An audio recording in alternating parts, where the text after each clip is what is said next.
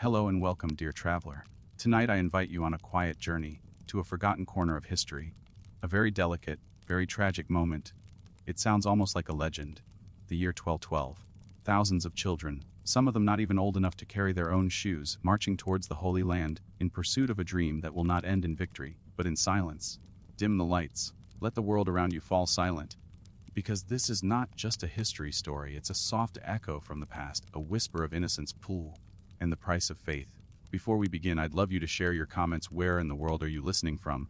And what time is it for you right now? It's always a joy to see how far this quiet little channel, and if stories like this one help your mind to rest. If the quiet rhythm of history relaxes you, consider leaving a like or subscribe. It helps keep these stories alive. Now, take a deep breath. Let your body soften. Let your thoughts drift away. Welcome to the Middle Ages. Close your eyes and let yourself drift back through the centuries. Feel the weight of time lifting from your shoulders as we journey together to a world that existed 800 years ago.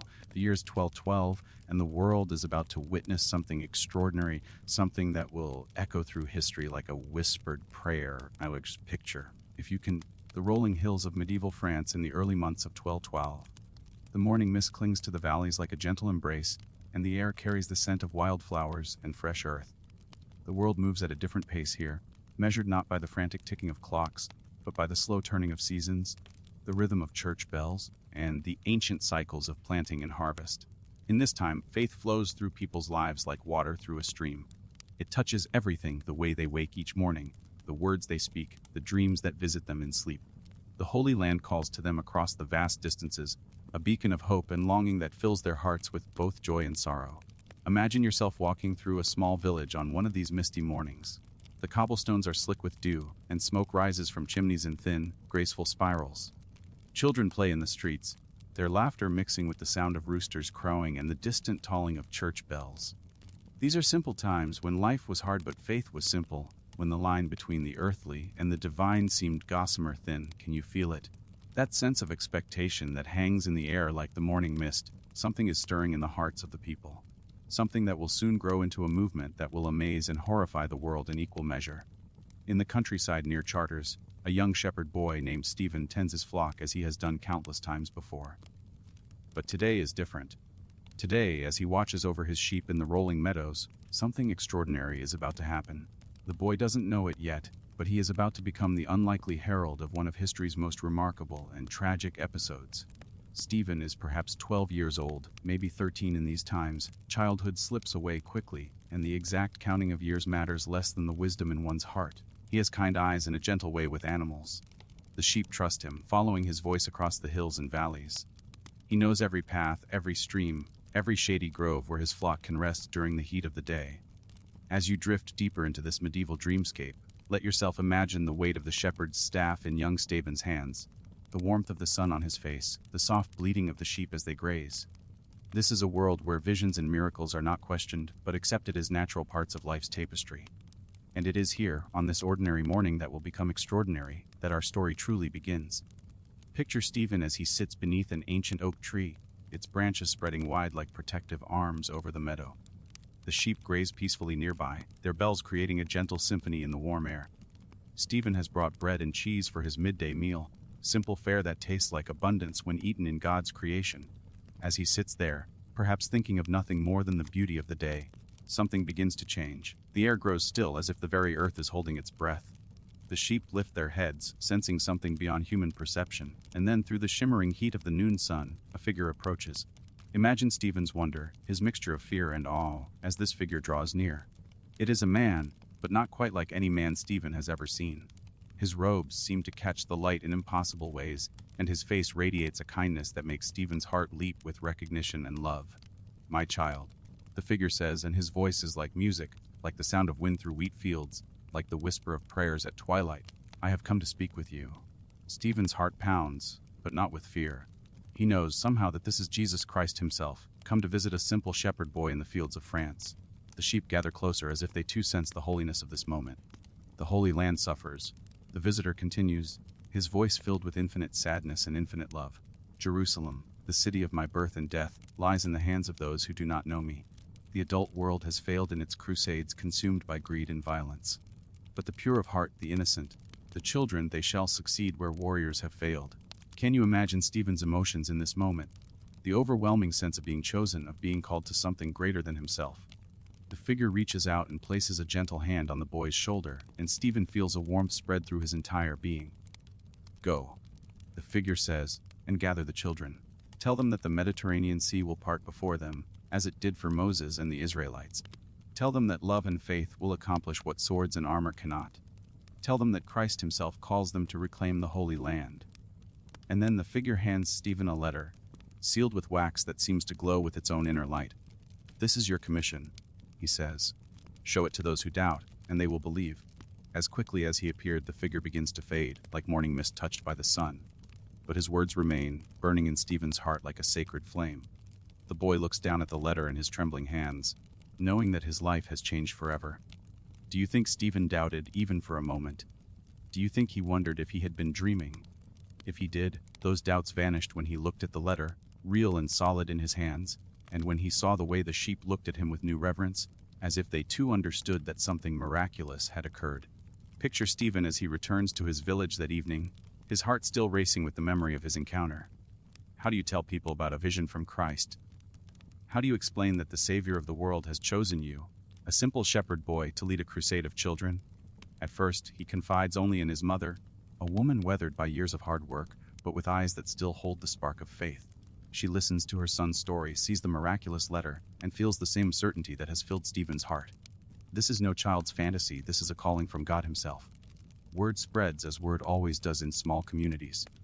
At first, there are whispers, then conversations, then heated discussions. Some dismiss Stephen's story as the imagination of a lonely boy. But others, especially the children, find themselves drawn to the shepherd boy with an irresistible pull. Imagine the first child who decides to follow Stephen. Perhaps it's Marie, a girl of 10 whose parents died in a plague the year before, leaving her to fend for herself in a world that shows little mercy to orphans. When she hears Stephen speak of Christ's love and the promise of glory in the Holy Land, her heart fills with a hope she thought she had lost forever. Or perhaps it's Jean, a boy of 11 who has known only beatings and harsh words from his father, who sees in Stephen's gentle manner and divine mission a chance for something pure and beautiful in his life. One by one they come. Children from Stephen's village, then from neighboring villages, then from towns and cities across France. They arrive dusty and tired from their journeys, but with eyes shining with purpose and faith. Can you see them gathering in the fields outside Stephen's village? Hundreds of children, ranging in age from perhaps 7 to 16, with a few young adults among them. They come from all walks of life, the sons and daughters of peasants and merchants, orphans and runaways, children who have known comfort and children who have known only hardship. What draws them? Is it simply the adventure of it all, the chance to escape the mundane routines of medieval life? Or is it something deeper, a spiritual hunger that only the pure of heart can truly understand? Stephen speaks to them in the evenings when the day's heat has faded and the stars begin to appear. His voice carries easily across the crowd, and his words seem to touch something deep within each child's soul. Christ has called us, he tells them, his young voice filled with conviction. Not the knights with their heavy armor and selfish ambitions, not the kings with their political schemes, but us, the innocent, the pure of heart. We will succeed where they have failed because our love is perfect and our faith is absolute. The children listen with rapt attention, their faces glowing in the firelight. They have found something precious here, a sense of belonging, of purpose, of being part of something greater than themselves. The sea will part for us, Stephen continues, his eyes reflecting the dancing flames. Just as it parted for Moses, it will part for us. We will walk across the Mediterranean on dry land, and the very sight of our faith will cause the walls of Jerusalem to crumble. The Holy Land will be restored to Christ not through violence, but through love. Do you hear the murmur of agreement that ripples through the crowd? Do you see how the children's faces shine with hope and determination? They believe, with every fiber of their being, that they are part of something miraculous. But Stephen is not the only child to receive a divine calling that year. Far to the east, in the Holy Roman Empire, another boy named Nicholas is experiencing his own moment of divine revelation. Imagine now the rolling hills of the German countryside, where young Nicholas tends to his daily tasks in the town of Cologne. The great cathedral rises above the city like a prayer made of stone, its spires reaching toward heaven with an almost desperate longing. The year is still 1212, and something in the air seems to whisper of great changes coming. Nicholas is perhaps 10 years old, with the serious demeanor of a child who has seen too much of the world's harshness. His family is poor, his father a laborer who works long hours for little pay. But Nicholas has always been different, more thoughtful, more given to prayer and contemplation than other children his age. Picture him on the morning when everything changes. He kneels in the great cathedral, his small figure dwarfed by the soaring arches and colored light streaming through stained glass windows. The church is nearly empty at this early hour, filled only with the whispered prayers of a few faithful souls and the soft echo of footsteps on stone. As Nicholas prays, something miraculous happens. The air around him begins to shimmer, and a figure appears not visible to the naked eye, but unmistakably real to the eyes of faith. It is Christ himself, just as radiant and loving as he appeared to Stephen in the French countryside. "My child," the figure says, and Nicholas feels his heart leap with recognition and joy. "I have chosen you to lead the children of Germany to the Holy Land. Where adults have failed, you will succeed. Your innocence will be your strength, your faith your sword." Can you imagine Nicholas's amazement? This boy, so young and so humble, chosen by Christ himself for a divine mission. The figure continues, his voice filled with infinite compassion. "Gather the children," he says. "Tell them that the Mediterranean will part before them. Tell them that love will triumph where hatred has failed. Tell them that the Holy Land awaits their pure hearts and innocent prayers." And then, just as with Stephen, the figure hands Nicholas a letter, sealed with the same miraculous wax that seems to glow with inner light. "This is your commission," he says. "Show it to those who doubt, and they will believe." As the vision fades, Nicholas remains kneeling in the cathedral, the letter clutched in his trembling hands. The morning light continues to stream through the stained glass, painting rainbow patterns on the stone floor, but everything has changed. The boy who entered this church as a simple laborer's son will leave it as a chosen vessel of God. Word of Nicholas's vision spreads through Cologne and beyond, just as Stephen's calling had spread through France. But the German children who gather around Nicholas have a different character than their French counterparts. They come from a land that has known the harsh realities of war and political strife. They are perhaps more serious, more determined, more willing to face the hardships they know must lie ahead. Picture them gathering in the squares and marketplaces of German towns and cities. Unlike the French children who gathered in peaceful meadows, these German children meet in the shadow of fortresses and castles, their faith tempered by the harder realities of life in the Holy Roman Empire. Nicholas speaks to them with the same conviction that fills Stephen's voice, but his words carry a different weight. "Christ has called us," he tells them, "but the path will not be easy. We will face dangers and hardships that will test our faith to its very limits. But if we remain pure of heart, if we trust in God's love, we will prevail." The children listen with the same rapt attention, the same burning faith, but you can see in their faces a steelier resolve. They know that following Nicholas will require sacrifices, but they are willing to make them for the sake of their divine mission. Now imagine both movements growing, spreading like ripples across the face of Europe. In France, Stephen's following swells to thousands. In Germany, Nicholas's band of faithful children grows with each passing day. The adult world watches with a mixture of wonder, concern, and growing alarm. What do you think the parents felt as they watched their children prepare to leave everything behind for a journey to the Holy Land? Some, caught up in the religious fervor of the time, see their children's calling as a divine blessing. Others, more practical-minded, worry about the dangers that lie ahead. Picture the tearful farewells, the desperate pleas for the children to reconsider. Imagine mothers clutching their sons and daughters, fathers trying to forbid their children from leaving. But the children's faith is stronger than their parents' fears. They have been called by Christ himself. How can earthly concerns compare to such a divine mission? The church's response is complex and conflicted. Some clergy see the children's crusade as a sign of God's favor, a demonstration of pure faith that puts the adult world to shame. Others worry about the practical implications, the dangers these children will face, the tragedy that seems almost inevitable. King Philip Augustus of France tries to intervene, summoning Stephen to Paris and attempting to persuade him to abandon his mission. But when the boy shows the miraculous letter and speaks with such conviction about his divine calling, even the king is moved. He cannot bring himself to forbid the crusade, though he refuses to support it officially. In Germany, the situation is even more complex. The Holy Roman Empire is embroiled in political turmoil, and the authorities have little time or inclination to deal with a band of crusading children. Nicholas and his followers are largely left to their own devices, which means they must face the challenges ahead with even less support than their French counterparts. Can you feel the tension building? The sense that something momentous is about to unfold. The children continue to gather, their faith burning bright, their determination unwavering. They make their simple preparations, gathering what few possessions they can carry, saying their farewells, preparing their hearts for the journey ahead. But do they truly understand what they are undertaking? Do they grasp the vast distances they must travel, the dangers they will face, the harsh realities of medieval travel? Or are they sustained by a faith so pure that such practical concerns seem irrelevant? Watch them as they prepare to depart. Stephen's followers gather in the French countryside, their faces glowing with anticipation. Nicholas's band assembles in the German cities, their expressions more serious but no less determined. Both groups are about to embark on a journey that will test everything they believe about faith, love, and the power of innocence. Picture the morning when Stephen's crusade finally begins its march toward the Mediterranean. The sun rises over the French countryside, casting long shadows across the fields where thousands of children have gathered. The air is cool and fresh, filled with the scent of wildflowers and the sound of birds singing their dawn chorus. Stephen stands before his followers, no longer just a simple shepherd boy but transformed into something more, a leader, a prophet, a vessel for divine will. He holds the miraculous letter high above his head, and even from a distance you can see how it seems to glow in the morning light. Today we begin our journey to the Holy Land, he announces, his young voice carrying clearly across the crowd. Today we take the first steps toward the miracle that Christ has promised us. The sea will part, Jerusalem will welcome us, and the world will witness the power of pure faith. The children cheer, their voices rising like a prayer toward the heavens. Can you see them?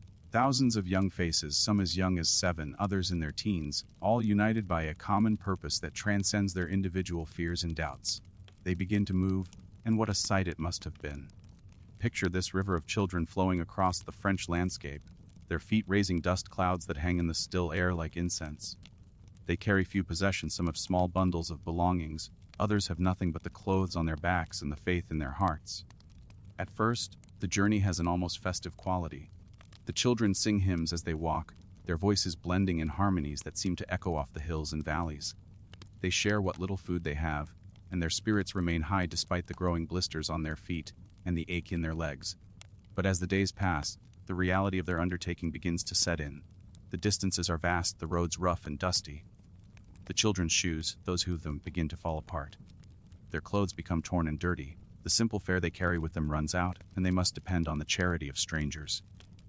Imagine young Marie, the orphan girl who joined Stephen's crusade seeking hope and belonging. At first, she walks with a spring in her step, chatting excitedly with her new friends about the wonders they will see in the Holy Land. But as the days wear on, you can see the exhaustion beginning to show in her face, the way she struggles to keep up with the group. Or picture Jean, the boy who fled his abusive father to follow Stephen. He had thought that joining the crusade would mean leaving his troubles behind, but now he discovers that the physical hardships of the journey are in some ways worse than what he left behind. His feet are bloody, his stomach empty, but his faith still burns bright. The French countryside, which had seemed so welcoming at first, now presents its own challenges. The children must cross rivers, climb hills, navigate through forests where bandits might lurk.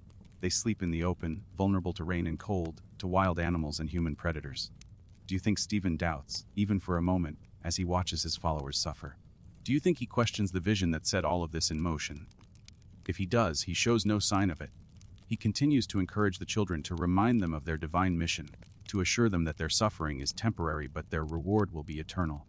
Remember, he tells them as they rest beside a stream, their feet dangling in the cool water, Christ suffered for us. If we suffer for him, we share in his glory.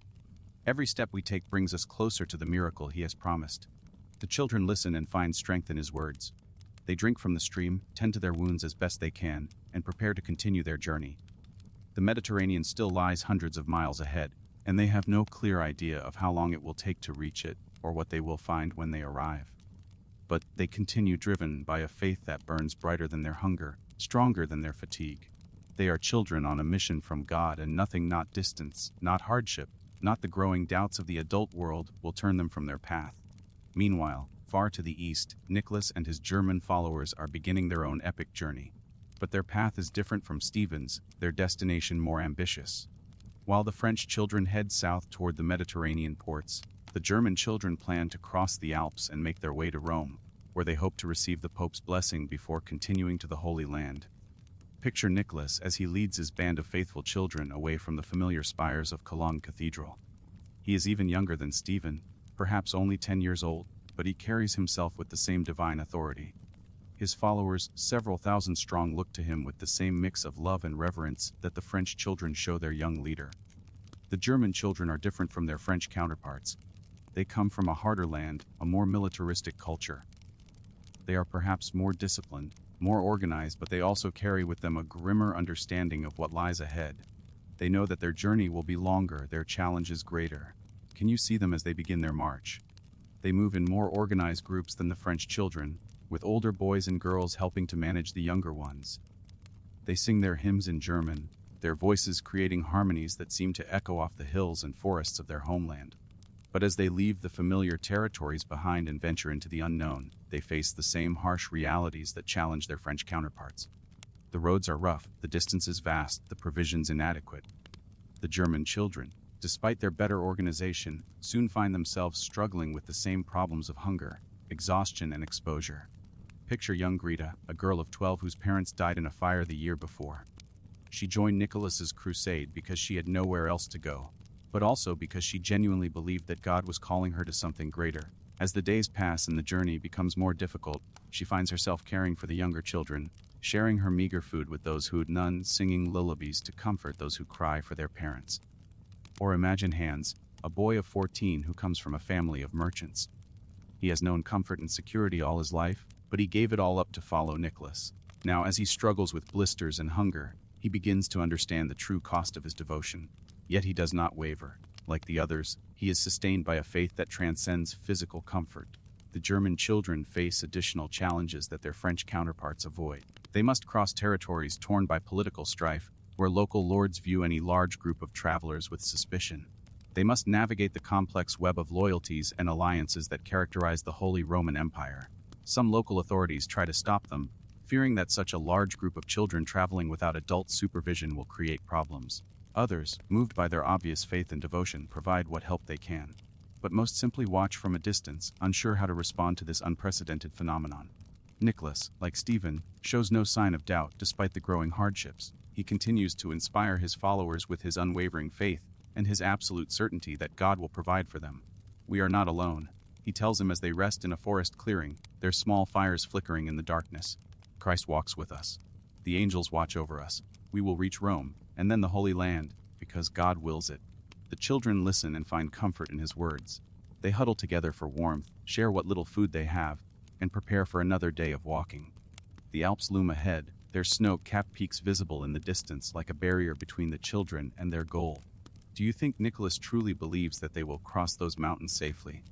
Do you think he grasps the enormity of what he is asking these children to do? Or is his faith so complete that such practical concerns seem irrelevant? As both groups of children continue their respective journeys, the challenges they face grow ever more severe. The initial enthusiasm and festive atmosphere of their departures give way to grim determination as the reality of medieval travel sets in.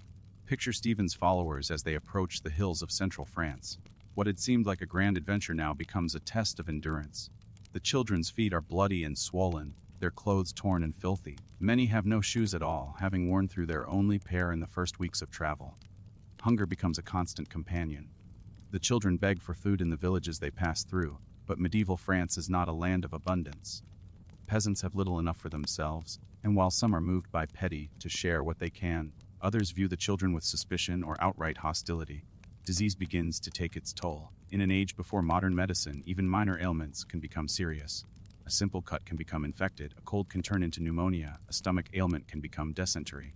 The children have no access to physicians, no knowledge of proper sanitation, no way to treat their illnesses except through prayer and hope. Imagine young Marie as she begins to show signs of fever. She tries to hide her weakness from the others, not wanting to be a burden, but her friends can see the way she stumbles, the way her eyes glaze over with illness. They try to help her, sharing their water, letting her rest when she can no longer walk, but they have no real way to treat her condition. The weather becomes another enemy. Summer heat beats down mercilessly during the day, while nights can be surprisingly cold. Rain turns the roads to mud, making travel even more difficult. When storms come, the children have nowhere to shelter. No protection from the elements except what they can improvise from their torn cloaks and the occasional kindness of strangers. Do you think Stephen feels the weight of responsibility as he watches his followers suffer? Do you think he questions, even for a moment, whether he truly heard the voice of Christ, or whether it was just the product of his own imagination? If he does, he shows no sign of it to his followers. He continues to encourage them, to remind them of their divine mission, to assure them that their suffering is temporary. But the losses begin to mount. Some children, overcome by exhaustion and illness, simply cannot continue. They collapse by the roadside, and their friends must make the agonizing choice between staying to help them and continuing with the group. Others, faced with the growing hardships, begin to doubt their calling and turn back toward home. Picture the moment when young Gene, the boy who fled his abusive father, finally reaches his breaking point. His feet are so swollen and infected that he can barely walk. His stomach cramps from hunger and bad water. He sits by the roadside, tears streaming down his dirty face, and realizes that he cannot take another step. "I'm sorry," he whispers to his friends as they gather around him. "I wanted to serve Christ, but I'm not strong enough. I'm not worthy of this calling." His friends try to encourage him, but they can see the truth in his eyes. He is finished. As the main group continues on, a few of the children stay behind to help him, knowing that this means they too will likely never reach the Mediterranean. The German children face similar challenges, but their situation is complicated by the political realities of their route. As they approach the Alps, they must navigate not only the physical challenges of mountain travel, but also the complex web of territorial disputes that characterize the region. Some local lords, viewing the children as potential threats to public order, attempt to stop them. Others, moved by their obvious faith, provide what assistance they can. But most simply watch from a distance, unsure how to respond to this unprecedented situation. Nicholas, like Stephen, maintains his faith despite the mounting difficulties. He continues to inspire his followers with his unwavering certainty that God will provide for them. But you can see the strain beginning to show in his young face, the way his shoulders bend under the weight of responsibility. The Alps loom ahead, their snow-capped peaks a formidable barrier. The children know, intellectually, that they must cross these mountains to reach Rome, but do they truly understand what this means? Do they grasp the dangers of high-altitude travel, the risk of avalanches, the challenge of finding food and shelter in the harsh mountain environment? Or are they sustained by a faith so pure that such practical concerns seem irrelevant? Do they truly believe that God will smooth their path, that the mountains will become like gentle hills under their feet? As the French children approach the Mediterranean coast, their numbers have been drastically reduced. What began as a force of thousands has dwindled to perhaps a few hundred. The others have died from disease and exhaustion, turned back in despair, or simply vanished along the way. Picture Stephen as he stands on a hill overlooking the port city of Marseille. The Mediterranean stretches out before him, its blue waters sparkling in the sunlight. This is the moment he has been waiting for, the moment when Christ's promise will be fulfilled. The sea will part and the children will walk across on dry land to the Holy Land. But as Stephen gazes out at the waters, do you think he feels a moment of doubt? The sea looks so vast, so solid, so utterly impassable. Can faith really make it part? Can the belief of a few hundred exhausted children really work such a miracle? He turns to his followers, these children who have suffered so much to follow him. They look at him with such trust, such absolute faith in his divine calling. Marie is there, somehow having survived her fever through sheer determination. Jean is not. He fell by the wayside weeks ago, along with so many others. Tomorrow, Stephen announces, his voice carrying across the small group, we will go down to the shore. We will kneel in prayer, and God will part the waters for us. We will walk across to the Holy Land as he has promised. The children listen with rapt attention, their faces glowing with anticipation. They have come so far, suffered so much, lost so many friends along the way. But they still believe. They still trust that God will reward their faith with a miracle. That night, as they camp on the hillside overlooking Marseille, the children pray with an intensity born of desperation and hope. They know that tomorrow will prove whether their faith has been justified or whether have been following a delusion. Can you imagine their emotions as they try to sleep? The mixture of excitement and fear, hope and doubt, exhaustion and anticipation. They huddle together for warmth and comfort, sharing their last scraps of food, trying to prepare themselves for the miracle they believe is coming. Meanwhile, far to the north, Nicholas and his German followers are facing their own moment of truth. They have reached the Alps, and the reality of crossing these mountains with a group of children, many of them quite young, is becoming impossible to ignore. The peaks loom above them like stone giants, their snow-covered summits disappearing into the clouds. The paths, such as they are narrow and treacherous, suitable for experienced mountain travelers but not for children weakened by weeks of hard travel. Nicholas stands before his followers, these brave children who have followed him so far. He can see the doubt beginning to creep into their eyes, the way they look at the mountains with growing fear. He knows that he must give them hope, must convince them their path will smooth their path. Christ has brought us this far, he tells them, his young voice filled with conviction. He will not abandon us now. The mountains may look formidable to our earthly eyes, but to God they are nothing. He will make our path straight, our burden light. But as he speaks, Nicholas must surely feel the weight of responsibility settling on his shoulders. These children have trusted him with their lives, their futures, their very souls. What if he has been wrong? What if the vision was just a dream, the calling just the product of his own imagination? Some of the German children, faced with the reality of the Alps, begin to turn back. They have come far, suffered much, but they cannot bring themselves to attempt the crossing. Others, their faith still burning bright, prepare to follow Nicholas wherever he leads. The group that approaches the mountain passes is much smaller than the one that left Cologne. Disease, exhaustion, and despair have taken their toll. But those who remain are perhaps the most faithful, the most determined, the most willing to risk everything for their divine mission. The morning sun rises over the Mediterranean, painting the waters in shades of gold and blue. Stephen and his followers make their way down to the shore, their hearts pounding with anticipation and fear. This is the moment they have been waiting for, the moment when God will prove their faith and reward their devotion. Picture them as they kneel on the beach, their bare feet sinking into the sand. The waves lap gently at the shore, their rhythm steady and eternal. Stephen raises his hands to heaven, his voice lifting in prayer that carries across the water. Lord, he prays, we have come to you as you commanded.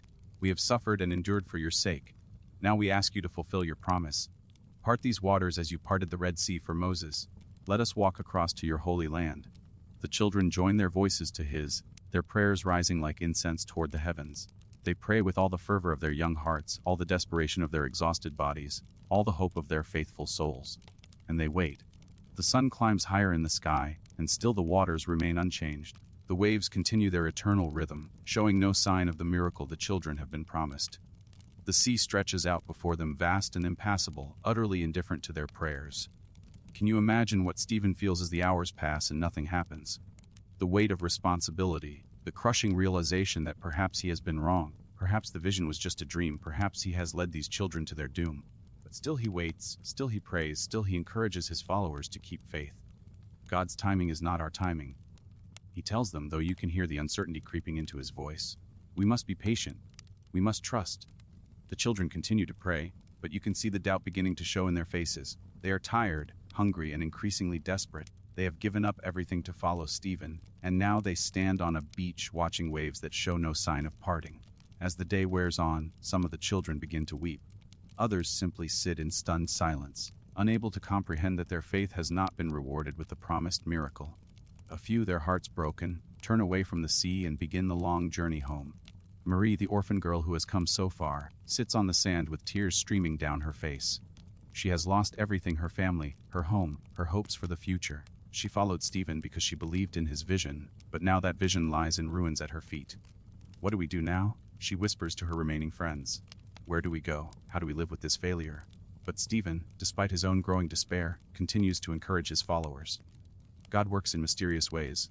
He tells them, perhaps this is not the end of our journey, but just a new beginning. Perhaps he has other plans for us. Hours pass like centuries. The sun reaches its zenith and begins its slow descent toward the western horizon. Still the waters remain unchanged, their surface broken only by the gentle rhythm of waves that seem to mock the children's prayers. Do you think Stephen truly believed, even in these dark moments, that the miracle would come? Or do you think doubt began to creep into his heart like winter frost, freezing the certainty that had sustained him through so many hardships? As evening approaches and shadows begin to lengthen on the beach, the children's prayers grow more desperate, more heartbroken. Some collapse from exhaustion and disappointment. Others simply stare at the unchanging sea with eyes that have lost their spark of hope. The townspeople of Marseille gather on the cliffs above, watching this strange scene unfold. Some feel pity for the children. Others shake their heads in disapproval at what they see as dangerous foolishness. A few whisper prayers for these young souls who have traveled so far on faith alone. As the first stars appear in the darkening sky, Stephen finally rises from his knees. His legs shake with exhaustion, his voice is hoarse from hours of prayer, but he turns to face his followers with as much courage as he can muster. God's will is not always what we expect. He tells them, and you can hear how the words tear at his heart. Perhaps he has other plans for us. Perhaps our journey is not meant to end here, but to begin anew. The children look at him with a mixture of love and bewilderment. They still trust him, still believe in him, but they no longer know what to believe about their mission.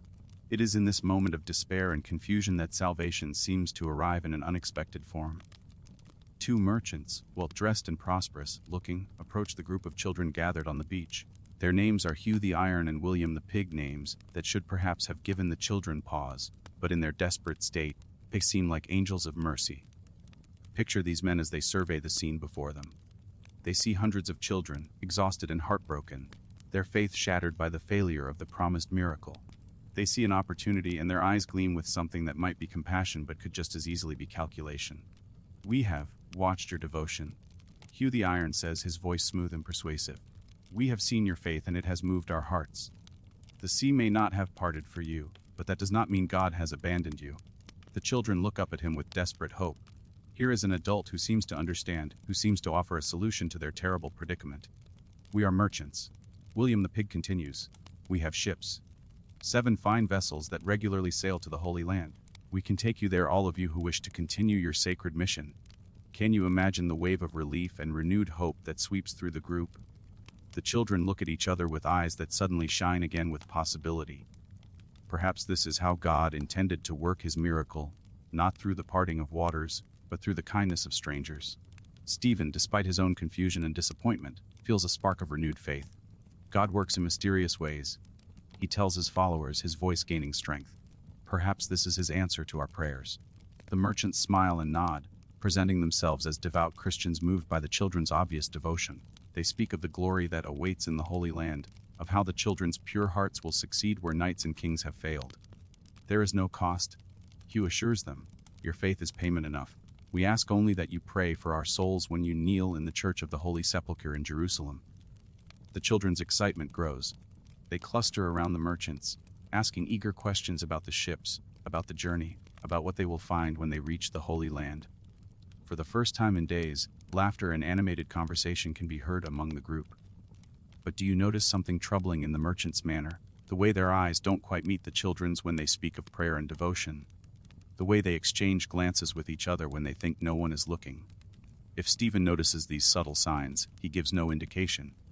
He is so relieved to find a solution to their desperate situation, so eager to continue the mission he believes God has given him, that he overlooks the warning signs that might have given him pause.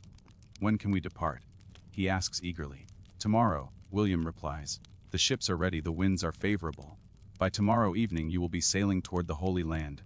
The children spend the night in a state of renewed excitement. They pray with thanksgiving. They share what little food they have in celebration. They speak in hushed, eager tones about the wonders they will see in Jerusalem. The disappointment in the day seems forgotten in the face of this new hope. Marie, who had wept so bitterly at the failure of the sea to part, now smiles through her tears. "God did provide for us," she tells her friends, "just not in the way we expected." Meanwhile, far to the north, Nicholas and his German followers are facing their own crisis in the shadow of the Alps. The mountains loom above them like stone giants, their peaks lost in clouds, their paths treacherous and narrow. Picture the scene as the German children gather at the base of the first major pass. They are even fewer in number now than Stephen's group, perhaps only a few hundred of the thousands who began the journey. The rest have died, turned back, or simply vanished along the way. The children look up at the path that winds its way up the mountainside, disappearing among the rocks and snow. It seems impossible that such a route could be traveled by children, many of them quite young, all of them weakened by weeks of hard travel. Nicholas stands before his followers, trying to project the same confidence he has maintained throughout their journey. But you can see the strain in his young face, the way his hands tremble slightly as he raises them to address the group. "Christ has brought us this far," he tells them, his voice carrying across the small crowd. "He will not abandon us now. The path may seem difficult to our earthly eyes, but God will make it straight for us." Some of the children nod with renewed determination. Others look at the mountains with growing fear. A few quietly begin to edge away from the group, their resolve finally broken by the enormity of what lies ahead. Greta, the girl who lost her parents in a fire, steps forward to stand beside Nicholas. "I will follow you," she says simply. "Wherever you lead, I will follow." Her declaration strengthens the resolve of others. Hans, the merchant's son who gave up comfort and security to join the crusade, moves to join her. "And I as well," he says. One by one, other children step forward, forming a smaller but more committed group around their young leader. These are the true believers, the ones whose faith burns bright enough to sustain them even in the face of seemingly impossible odds. The group that begins the ascent into the Alps is perhaps only 200 strong. They move slowly, carefully, helping each other over the rough terrain. The younger children are carried when necessary by the older ones. They share their meager supplies and encourage each other with prayers and hymns. But the mountains are merciless. The paths are treacherous, carved from rock and often covered with loose stones that threaten to send the unwary tumbling into deep ravines. The air grows thin as they climb higher, making each step an effort. The cold is bitter, cutting through their worn clothes like knives. Can you imagine young Greta as she struggles up a particularly steep section of path? Her hands are cut and bleeding from grasping at rocks for support. Her breath comes in short, painful gasps in the thin air. But when one of the younger children stumbles and cries out in fear, she immediately turns to help, offering her own strength to support another. The first night in the mountains is a revelation of how unprepared the children are for such conditions. They huddle together for warmth, but the cold seeps through their inadequate clothing and into their very bones. Some of the younger children cry quietly, not from fear but from the simple physical misery of their situation. Nicholas moves among them, offering what comfort he can. Remember, he tells them, Christ himself suffered. If we suffer for him, we share in his glory. Each step we take up this mountain brings us closer to God. But do his words ring as true as they once did? Do you think Nicholas himself still believes completely in the divine nature of his mission, or has doubt begun to creep into his heart as well? As the German children continue their ascent into the Alps, the mountains begin to exact their terrible price. The combination of altitude, cold, inadequate food, and sheer exhaustion proves too much for many of the youngest and weakest. Picture the scene as the group wakes on their third morning in the mountains. Several of the children who had seemed merely tired the night before are now unconscious, their breathing shallow, their skin blue with cold. Others are awake but clearly too weak to continue. Nicholas kneels beside a boy of perhaps 8 years old who can no longer walk. The child's name is Klaus, and he has been one of the most faithful followers, always ready with a smile or a word of encouragement for others. Now he lies still, his eyes closed, his breathing barely perceptible. Klaus, Nicholas whispers, taking the boy's cold hand in his own. Can you hear me? The child's eyes flutter open, and he looks up at Nicholas with a gaze that seems to hold all the wisdom and sorrow of the world. I tried, he whispers. I tried to be strong enough. You are strong, Nicholas tells him, tears streaming down his face. You are the strongest person I know. Klaus smiles faintly. Will you tell my mother that I thought of her, that I never stopped loving her? You will tell her yourself. Nicholas insists, but even as he speaks the words, he knows they are not true. Klaus's breathing grows even shallower, and within moments he is gone. The death of Klaus breaks something in the group's spirit. This boy had been a symbol of innocent faith, of pure devotion. If someone so good, so faithful, could die on this mountain, what hope did any of them have? More deaths follow. An older girl named Anna, who had been like a mother to many of the younger children, succumbs to what appears to be pneumonia. A boy named Friedrich falls from a narrow ledge and is killed instantly. Others simply lie down in the snow and refuse to get up, their will to live finally exhausted.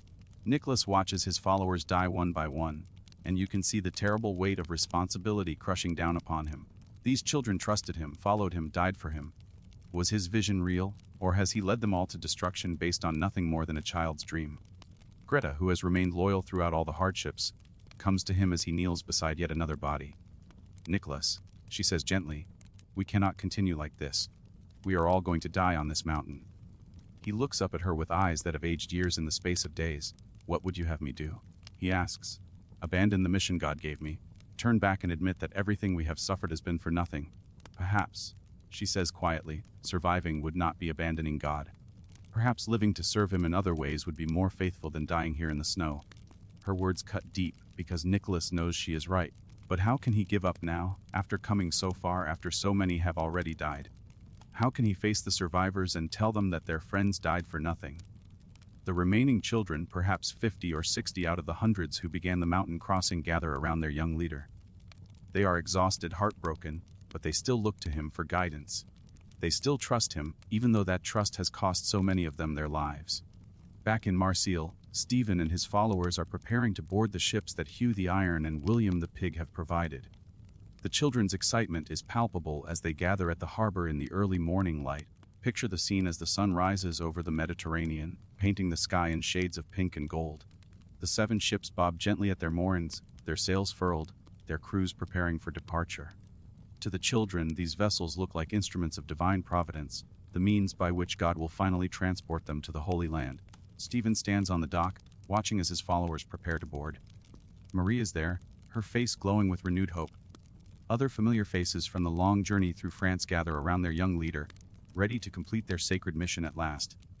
The merchants move among the children, organizing them into groups, directing them toward different ships. Their manner is efficient, businesslike, but they continue to speak in terms of divine calling and sacred duty. Remember, Hugh the Iron tells the children as they prepare to board, "You are embarking on the final stage of your holy crusade. Keep your hearts pure, your prayers constant, and God will surely bless your mission." The children nod eagerly, their faces shining with anticipation. They have no way of knowing that these ships are not bound for the Holy Land, that the merchants who speak so piously of their mission have very different plans for their human cargo. Do you see how the merchants' crews watch the children with expressions that seem more calculating than compassionate? Do you notice how the ships are equipped not for pilgrims, but for a very different kind of voyage? But the children see none of this. They are too excited, too eager to finally reach their destination. They board the ships with songs on their lips and prayers in their hearts, believing that they are finally fulfilling the divine calling that began with Stephen's vision in the French countryside. As the ships prepare to leave the harbor, Stephen takes one last look at the coast of France. This is the land of his birth, the place where he received his divine vision, the starting point of a journey that has already cost so many lives. Part of him wonders if he will ever see it again, but such doubts are quickly pushed aside by the excitement of the moment. The ships begin to move, their sails filling with wind, carrying the children away from the harbor and out into the open Mediterranean. The children line the rails, waving goodbye to the shore, singing hymns of thanksgiving and praise. Marie stands beside Stephen at the bow of the lead ship, watching as the coast of France grows smaller behind them. "We're really going to see Jerusalem," she says, her voice filled with wonder. "After everything we've been through, we're really going to complete our mission." Stephen nods, but you can see a flicker of uncertainty in his eyes. Something about this situation doesn't feel quite right, though he cannot put a finger on what troubles him. The merchants have been generous, the ships are seaworthy, the weather is favorable. So, why does he feel this nagging sense of unease? Perhaps Stephen's unease is prophetic, for the voyage that begins so promisingly soon takes a darker turn. The Mediterranean, which had seemed so calm and welcoming from the shore, reveals its more treacherous nature once the ships are well away from land. Picture the scene as storm clouds begin to gather on the horizon. The wind, which had filled the sails so promisingly at the start of the journey, now grows stronger and more erratic. The waves, which had gently rocked the ships in the harbor, now begin to rise and fall with increasing violence. The children, most of whom have never been on a ship before, quickly discover the miseries of seasickness. They crowd the rails, retching helplessly as the vessels pitch and roll in the increasingly rough seas. The joyful songs of departure give way to groans of misery and prayers for deliverance. Marie, who had been so excited about the journey, now lies curled up on the deck, her face pale green with nausea. "I want to go home," she whispers to Stephen when he comes to check on her. "I want solid ground under my feet again." Stephen himself is fighting his own battle with seasickness, but he tries to maintain a brave face for his followers. "This is just a test," he tells them, though his own voice wavers with uncertainty. "God is testing our faith. If we remain strong, he will calm the waters for us." But the waters show no sign of calming. If anything, the storm seems to be growing stronger. The wind howls through the rigging, the waves crash over the decks, and the ships groan and creak as they struggle against the fury of the sea. The merchants and their crews, who had seemed so confident and capable in port, now reveal their own fears. They shout orders to each other in voices tight with concern, and you can see the worry in their faces as they work to keep the ships afloat. As night falls, the storm reaches its full fury. Lightning splits the sky, illuminating the mountainous waves that tower over the ships. Thunder crashes overhead like the wrath of an angry god. The children huddle together wherever they can find shelter, praying desperately for deliverance. It is in the midst of this chaos that disaster strikes. One of the 7 ships, overwhelmed by the tremendous waves, begins to founder. The children aboard cry out in terror as their vessel starts to list heavily to one side. Stephen, from the deck of his own ship, watches in horror as the doomed vessel begins to sink. He can see the faces of the children in the lightning flashes, faces he recognizes, children who had followed him faithfully from France, who had trusted in his vision of divine mission. "We have to help them," he shouts to the crew of his ship, but the sailors shake their heads grimly. "We can't get close in these seas." One of them shouts back over the howling wind, "Would only end up sinking ourselves." And so Stephen and the surviving children can only watch in helpless agony as one of their ships disappears beneath the waves, taking dozens of their companions with it. The children who had sung so joyfully as they left Marseille now scream in terror as they realize that their holy mission has become a voyage into death. As dawn breaks over the storm-tossed Mediterranean, the surviving ships limp toward what the children believe is the Holy Land. The storm has passed, leaving behind a deceptively calm sea that reflects the pale morning light like broken glass. But the children's relief at surviving the night is short-lived. As they recover from the terrors of the storm and begin to take stock of their situation, disturbing truths begin to emerge. Picture Stephen as he approaches Hugh the Iron, seeking reassurance about their destination and the loss of one of their ships. The merchant's manner has changed subtly overnight. Gone is the pious sympathy he showed in Marseille. In its place is something harder, more calculating. The ship that sank. Stephen says hesitantly, all those children who died, surely we will say prayers for them when we reach Jerusalem? Hugh looks at him with what might be amusement or contempt. Jerusalem, he says. Who said anything about Jerusalem, boy? The words hit Stephen like a physical blow. But you said, you promised to take us to the Holy Land. I promised to take you on a voyage, Hugh replies coldly. I never specified the destination. The truth begins to dawn not just on Stephen but on other children who overhear this conversation. They gather around, their faces showing a mixture of confusion and growing fear. Where are you taking us? Marie asks, her voice barely above a whisper. William the pig joins the conversation, his earlier pretense of piety completely abandoned. To markets where young Christians will bring good prices, he says matter of factly. North Africa has a great demand for slaves, especially young ones who can be trained for various purposes. The word slaves hits the children like a thunderbolt. They look at each other in horror as the full magnitude of their situation becomes clear. They have not been rescued by kind merchants moved by their faith. They have been captured by slave traders who saw in their desperation an easy opportunity for profit. Some of the children begin to cry. Others stand in stunned silence, unable to process what they have just learned. A few of the older ones look around frantically, as if seeking some means of escape from ships that are now clearly their prisons. Stephen feels as if the world has collapsed around him. The divine mission that began with such hope and certainty has led his followers not to glory in Jerusalem but to slavery and degradation. The vision that seemed so real, so filled with divine love, has resulted in nothing but suffering and betrayal. You lied to us, he says to the merchants, his voice filled with anguish. We told you what you wanted to hear, Hugh replies with a shrug. Children are so eager to believe in miracles. It makes them easy to manipulate. Do you think Stephen remembers, in this moment of terrible revelation, the figure who appeared to him in the French countryside? Do you think he questions whether that vision was real, or whether it too was somehow a deception?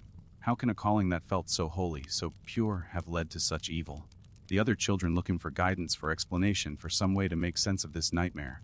But Stephen has no answers. He is just a boy, younger than some of his followers, and he is as trapped and helpless as they are.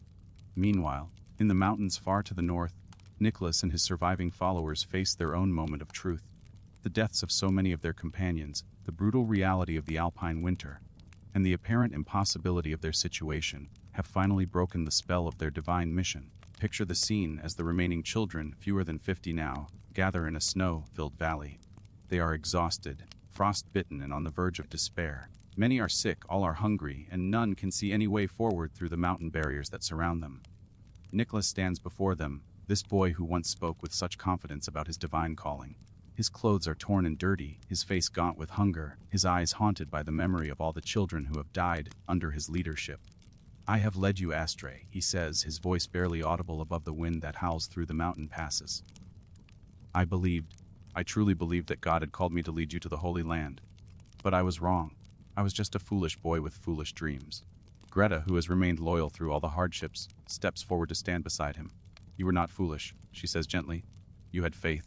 We all had faith. Sometimes faith leads us to places we never expected to go. But so many have died.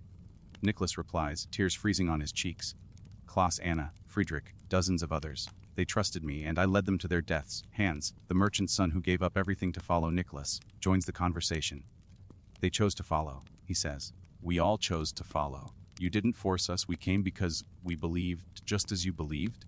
The remaining children nod in agreement. Despite everything they have suffered, despite all the friends they have lost, they do not blame Nicholas for their situation. They understand that he, like them, was caught up in something larger than himself, something that seemed to promise meaning and purpose in a world that often offered neither.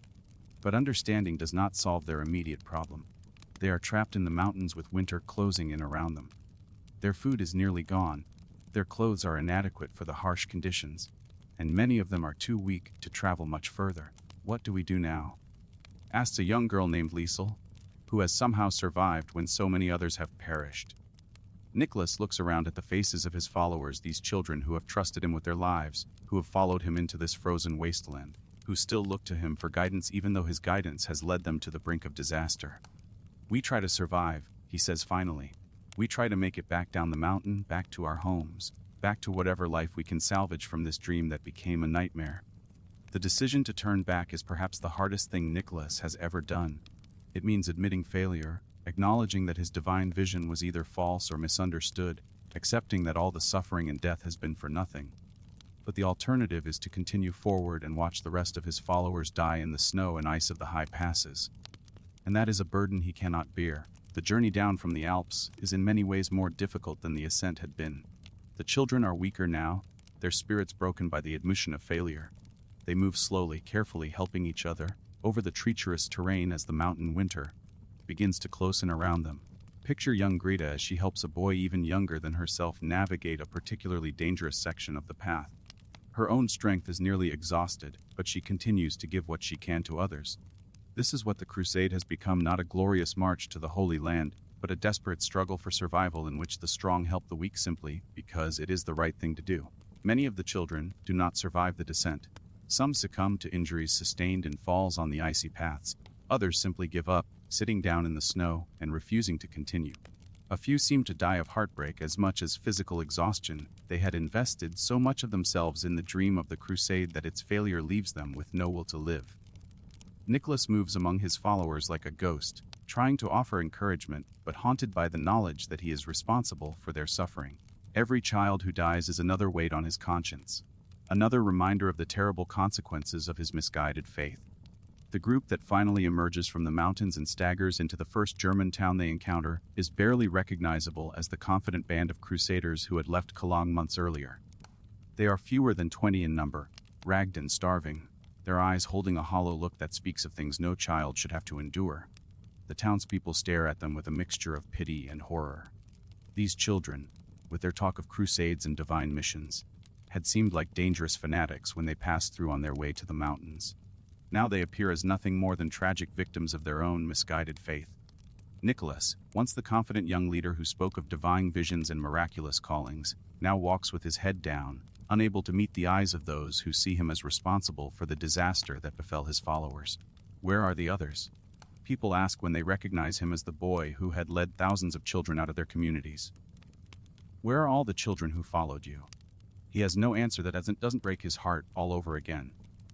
The others are dead, some in the mountains, some in the long road that led to the mountains, some lost to disease and despair and the simple impossibility of what they had attempted to do. Greta stays with him even as other survivors drift away, returning to their families or trying to build new lives from the wreckage of their shattered dreams. She understands, perhaps better than anyone, the burden of guilt and responsibility that Nicholas carries. "It wasn't your fault," she tells him as they sit by a fire in a village that has offered them temporary shelter. "We all chose to follow. We all believed in the vision." But her words, kind as they are, cannot heal the wound in Nicholas's heart. He had believed so completely in his divine calling, had felt so certain that God was speaking through him. How could he have been so wrong? How could faith so pure have led to consequences so terrible? Far to the south, the surviving French children are discovering the full horror of their situation as the merchants' ships approach the North African coast. The children who had dreamed of kneeling in the Church of the Holy Sepulchre now face the reality of being sold in slave markets. Picture Marie as she stands at the rail of the ship, looking out at the approaching coastline. This is not the Holy Land she had imagined. There are no Christian churches here, no familiar symbols of faith. Instead, she sees a land that is alien and threatening, populated by people who worship differently and speak languages she cannot understand. The other children gather around Stephen, still looking to him for guidance and comfort even though they now understand that his vision has led them into disaster.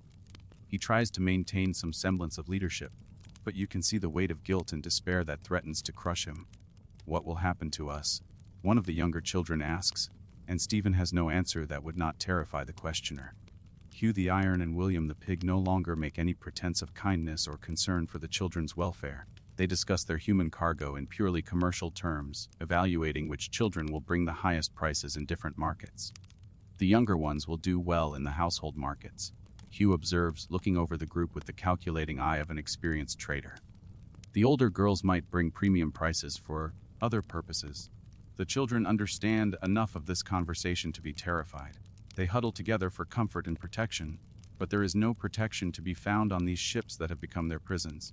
Stephen stands apart from the others, overwhelmed by the magnitude of his failure. He remembers the figure who appeared to him in the French countryside, the divine voice that had seemed so real, so filled with love and purpose. How could something that felt so holy have led to such evil? Do you think, in his darkest moments, Stephen questions whether the vision was real at all? Do you think he wonders if it was just the product of a lonely boy's imagination, magnified by the religious fervor of the time into something that seemed divine? Or do you think he still believes in the vision but struggles to understand how God could have allowed such terrible things to happen to children who were trying to serve him? As the ships enter the harbor of their destination, the children get their first clear view of the slave markets where they will be sold. They see other captives, men, women, and children from various parts of the Mediterranean world being examined, evaluated, and purchased like livestock. The reality of what awaits them hits the children with full force. They will be separated from each other, sold to different masters, scattered across North Africa to lives of servitude and degradation. The bonds of friendship and shared purpose that sustained them through their long journey will be severed forever. Mary reaches out and takes Stephen's hand, not in accusation but in shared sorrow. "I don't blame you," she whispers. "You believed, just as we all believed. Sometimes belief isn't enough to protect us from the evil in the world." As our story draws toward its close, we find both groups of children facing the consequences of their faith-driven journeys.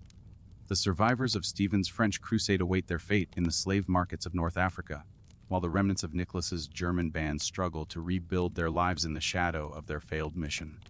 Picture Stephen in his final moments of freedom, standing on the deck of the slave ship as it prepares to dock. He looks back across the Mediterranean toward the land of his birth, knowing that he will probably never see France again. The boy who began this journey as a confident herald of divine will now faces a future as property, to be bought and sold according to the whims of strangers. But even in this darkest hour, something of his original faith remains. He gathers the surviving children around him one last time, not to offer false hope or empty promises, but to remind them of the love that brought them together in the first place. "We came on this journey because we believed in something greater than ourselves," he tells them, his young voice carrying across the group with hard-won wisdom. "That belief may have led us astray, but it was not evil. It was pure and good and filled with love. Whatever happens to us now, let us remember that love. Let us carry it with us wherever we go." The children listen with tears in their eyes, understanding that this may be the last time they are all together. Tomorrow they will be scattered to the winds, but tonight they are still united by the shared experience of their remarkable journey. Marie steps forward and embraces Stephen, and one by one the other children do the same. They are saying goodbye not just to each other, but to the innocence and faith that brought them together, to the dreams of glory and divine purpose that sustained them through so much hardship. Meanwhile, Nicholas sits in a German monastery where he has found temporary shelter, trying to make sense of his own experiences.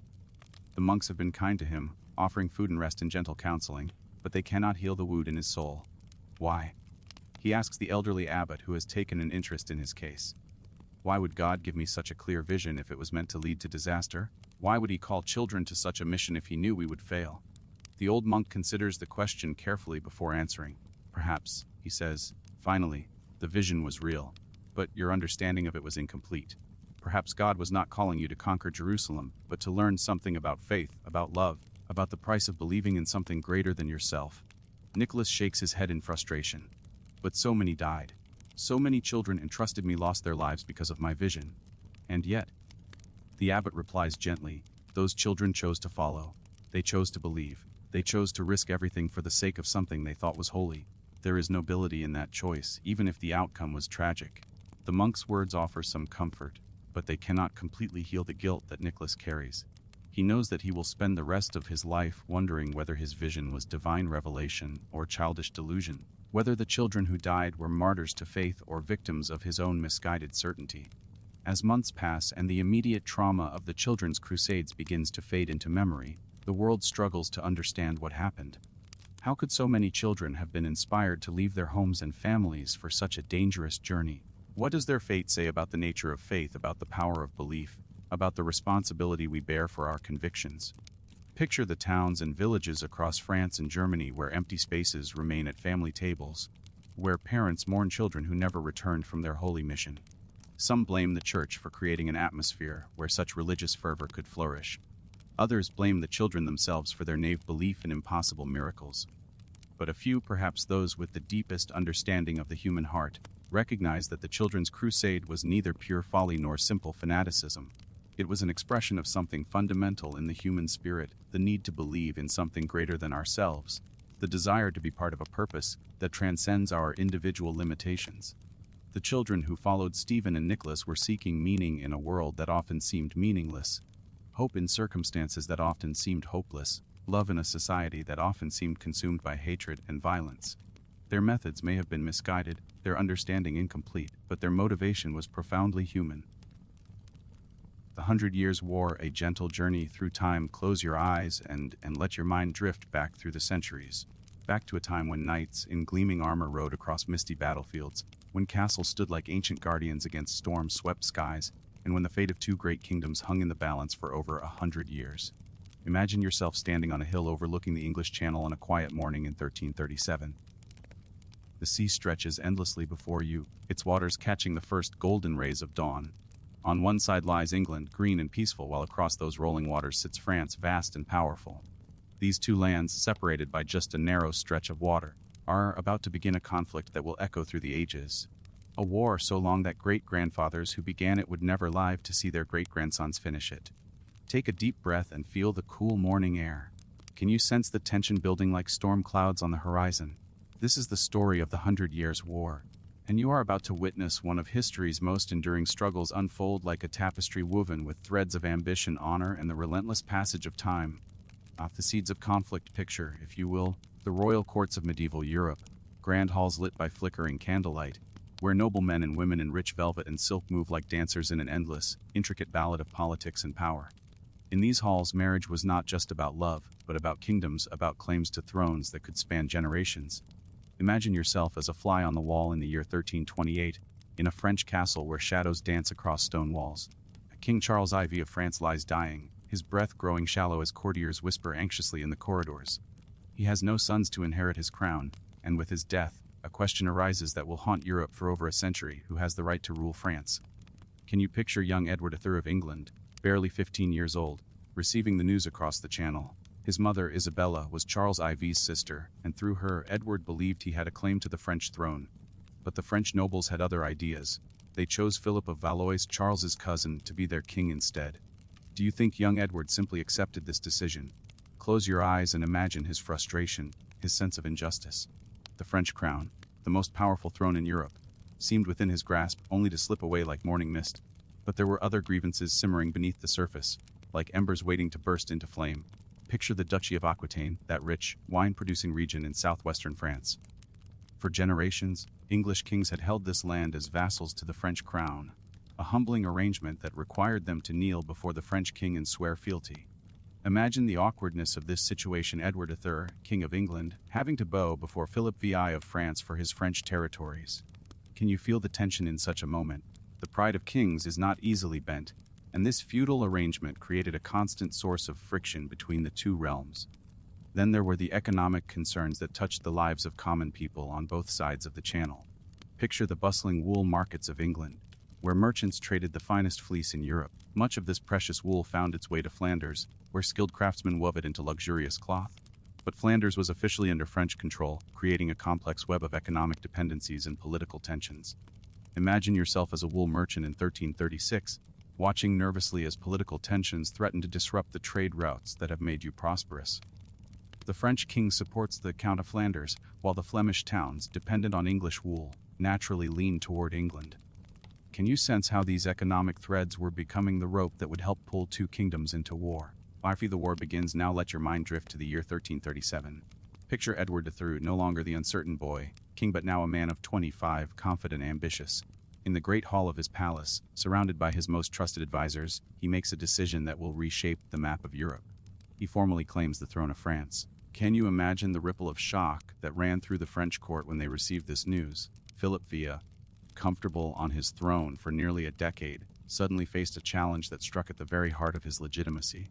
The war began not with great battles, but with raids and skirmishes, like a storm that starts with scattered raindrops before becoming a deluge.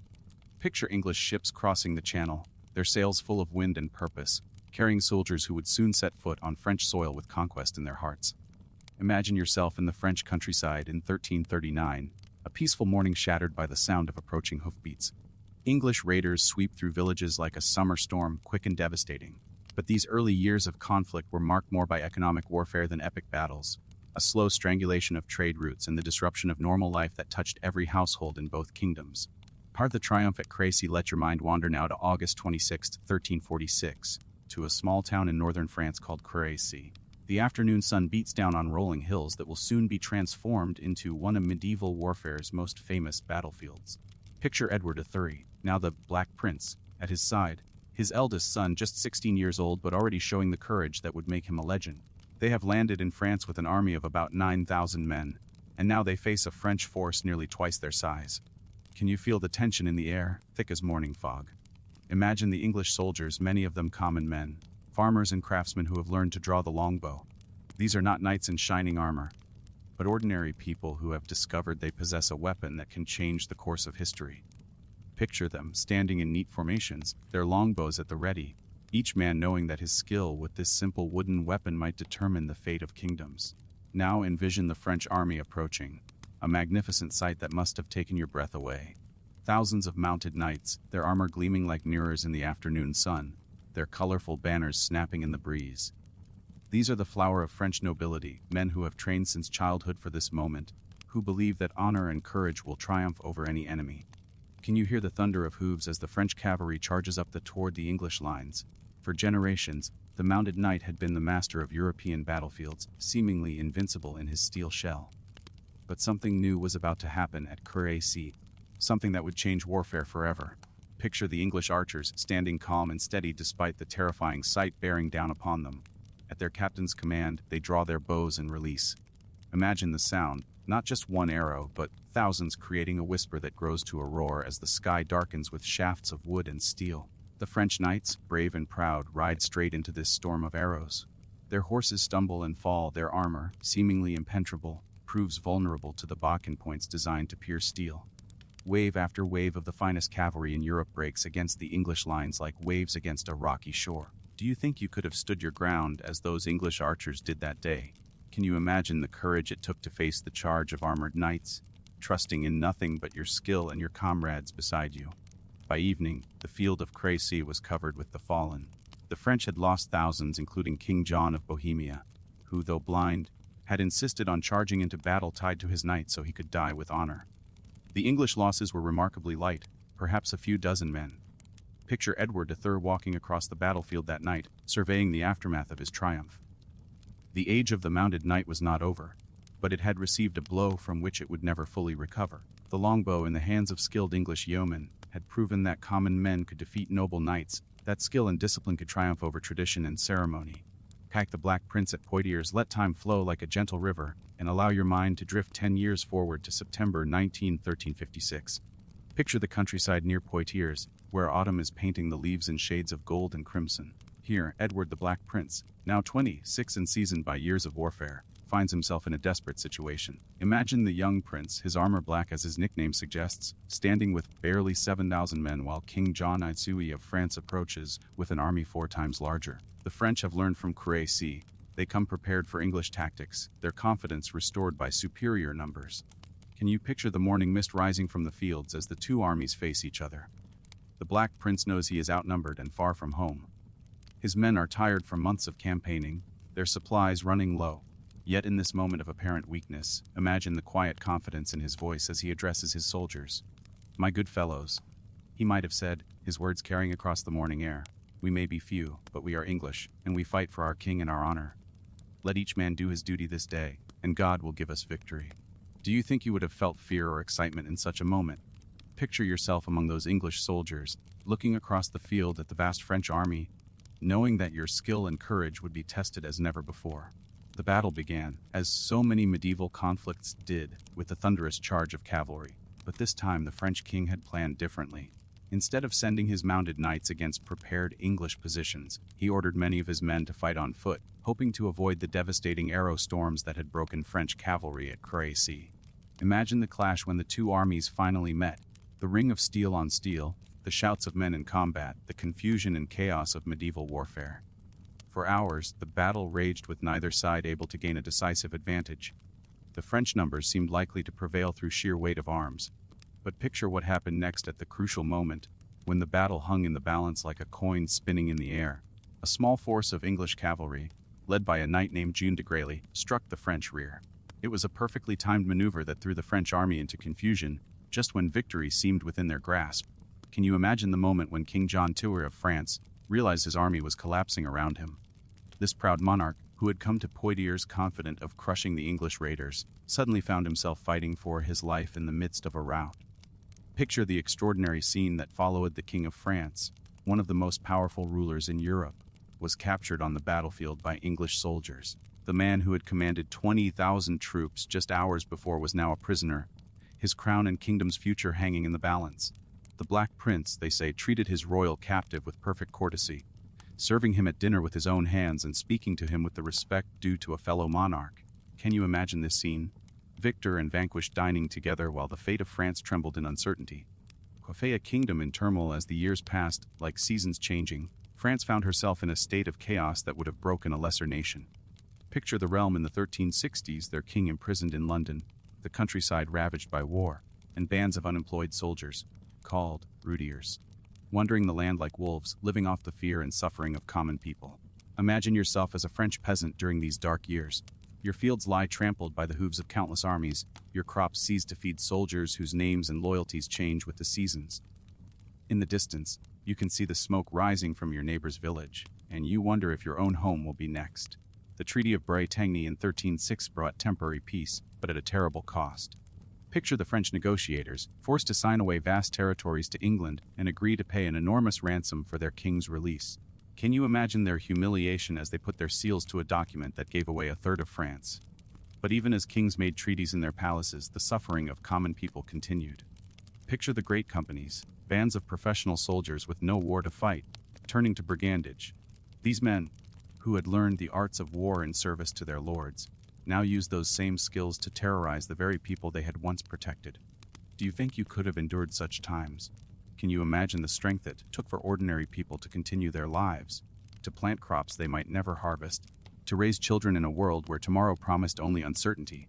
Yet France endured, as nations do, drawing strength from sources that often surprise us. In the darkest hours, heroes emerge from the most unexpected places, and hope kindles like a flame that refuses to be extinguished. Hark the tide turns. Allow your mind to drift to the 1370s, when a new king had taken the French throne. Charles V, known as the Wise, was not a warrior in the traditional sense. Picture him, a thoughtful, scholarly man who preferred books to battlefields, who understood that wars could be won with patience and strategy as well as with swords and arrows. Imagine Charles in his study, maps spread before him like a general planning a campaign. But instead of plotting one great battle, he was planning something far more subtle, a war of small actions, of avoided battles, of slowly strangling English power in France without ever risking everything on a single throw of the dice. Charles found his perfect instrument in Bertrand du Guesclin, a Breton knight who understood that the old ways of warfare, the glorious charges and honorable single combat, were luxuries France could no longer afford. Picture du Guesclin, not tall or handsome like a knight from romance, but tough and cunning like a wolf that has learned to hunt in winter.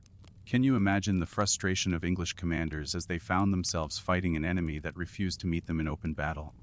Instead of facing the flower of French chivalry in grand tournaments of war, they found themselves harassed by small forces that struck like lightning and disappeared like morning mist. Picture English garrisons throughout France, isolated in their castles like islands in an increasingly hostile sea. One by one, these strongholds fell to French forces that used patience instead of bravery, siegecraft instead of glory. The English, masters of the dramatic victory, found themselves slowly being strangled by an enemy that refused to grant them the decisive battle they needed. Do you think you would have had the patience for such warfare? Can you imagine the discipline it took to avoid the temptation of a glorious charge, to instead trust in the slow work of reclaiming France castle by castle, village by village? By 1380, when Charles V died, he had reduced English holdings in France to a few coastal cities. The great conquests of Edward III and the Black Prince had melted away like snow in spring, not lost in a single catastrophic defeat, but eroded by years of careful, patient strategy. Coffee years of uneasy peace. Let your mind rest now in the quiet years that followed, when war gave way to an uneasy peace broken only by occasional raids and skirmishes. Picture Europe in the 1380s and 1390s, weary of conflict, trying to heal the wounds that decades of warfare had inflicted. But peace, as you might imagine, brought its own challenges. In England, young Richard struggled with nobles who had grown powerful during the wars. In France, the new king, Charles VI, began to show signs of the madness that would plague him throughout his reign. Can you picture the confusion and fear in the French court as their king descended into periods of insanity, sometimes not even recognizing his own family? Imagine the delicate balance of these years, two kingdoms exhausted by war, but with the fundamental issues that had caused the conflict still unresolved. The English still claimed the French throne, the French though refused to recognize that claim, and between them lay the memories of all those who had died in battles from Crécy to countless forgotten skirmishes. During these years, picture the slow work of recovery. Farmers returning to abandoned fields, merchants cautiously reopening trade routes, craftsmen rebuilding workshops destroyed by decades of warfare. It was the patient work of civilization reasserting itself, like flowers growing through the cracks in a battlefield. But as you rest in this peaceful interlude, can you sense the storm clouds gathering once again? In England, a new king was rising, Henry V, young, ambitious, and dreaming of reviving the glorious conquests of his great-grandfather Edward III. Agincourt, the impossible victory. Now let your imagination carry you to the year 1415 to October 25th, the feast day of Saints Crispin and Crispinian. Picture the muddy fields near the village of Agincourt, where autumn rain has turned the earth into a quagmire that clings to every step. Imagine King Henry V of England, just 28 years old, standing with an army of perhaps 6,000 men. Hungry, exhausted, and desperate to reach the safety of English-held Calais. But blocking their path is a French army of 25,000, confident in their overwhelming numbers and eager to avenge the humiliations of previous generations. Can you picture Henry on the morning of battle? They say he moved among his soldiers like a common man, speaking words of encouragement, sharing their fears and their hopes. "We few, we happy few, we band of brothers," he might have said, his words carrying across the misty dawn air to men who knew they might not live to see another sunset. Picture the French nobles, magnificent in their armor, many of them grandsons of men who had fought at Crécy and Poitiers. They had learned from their ancestors' defeats, or so they thought.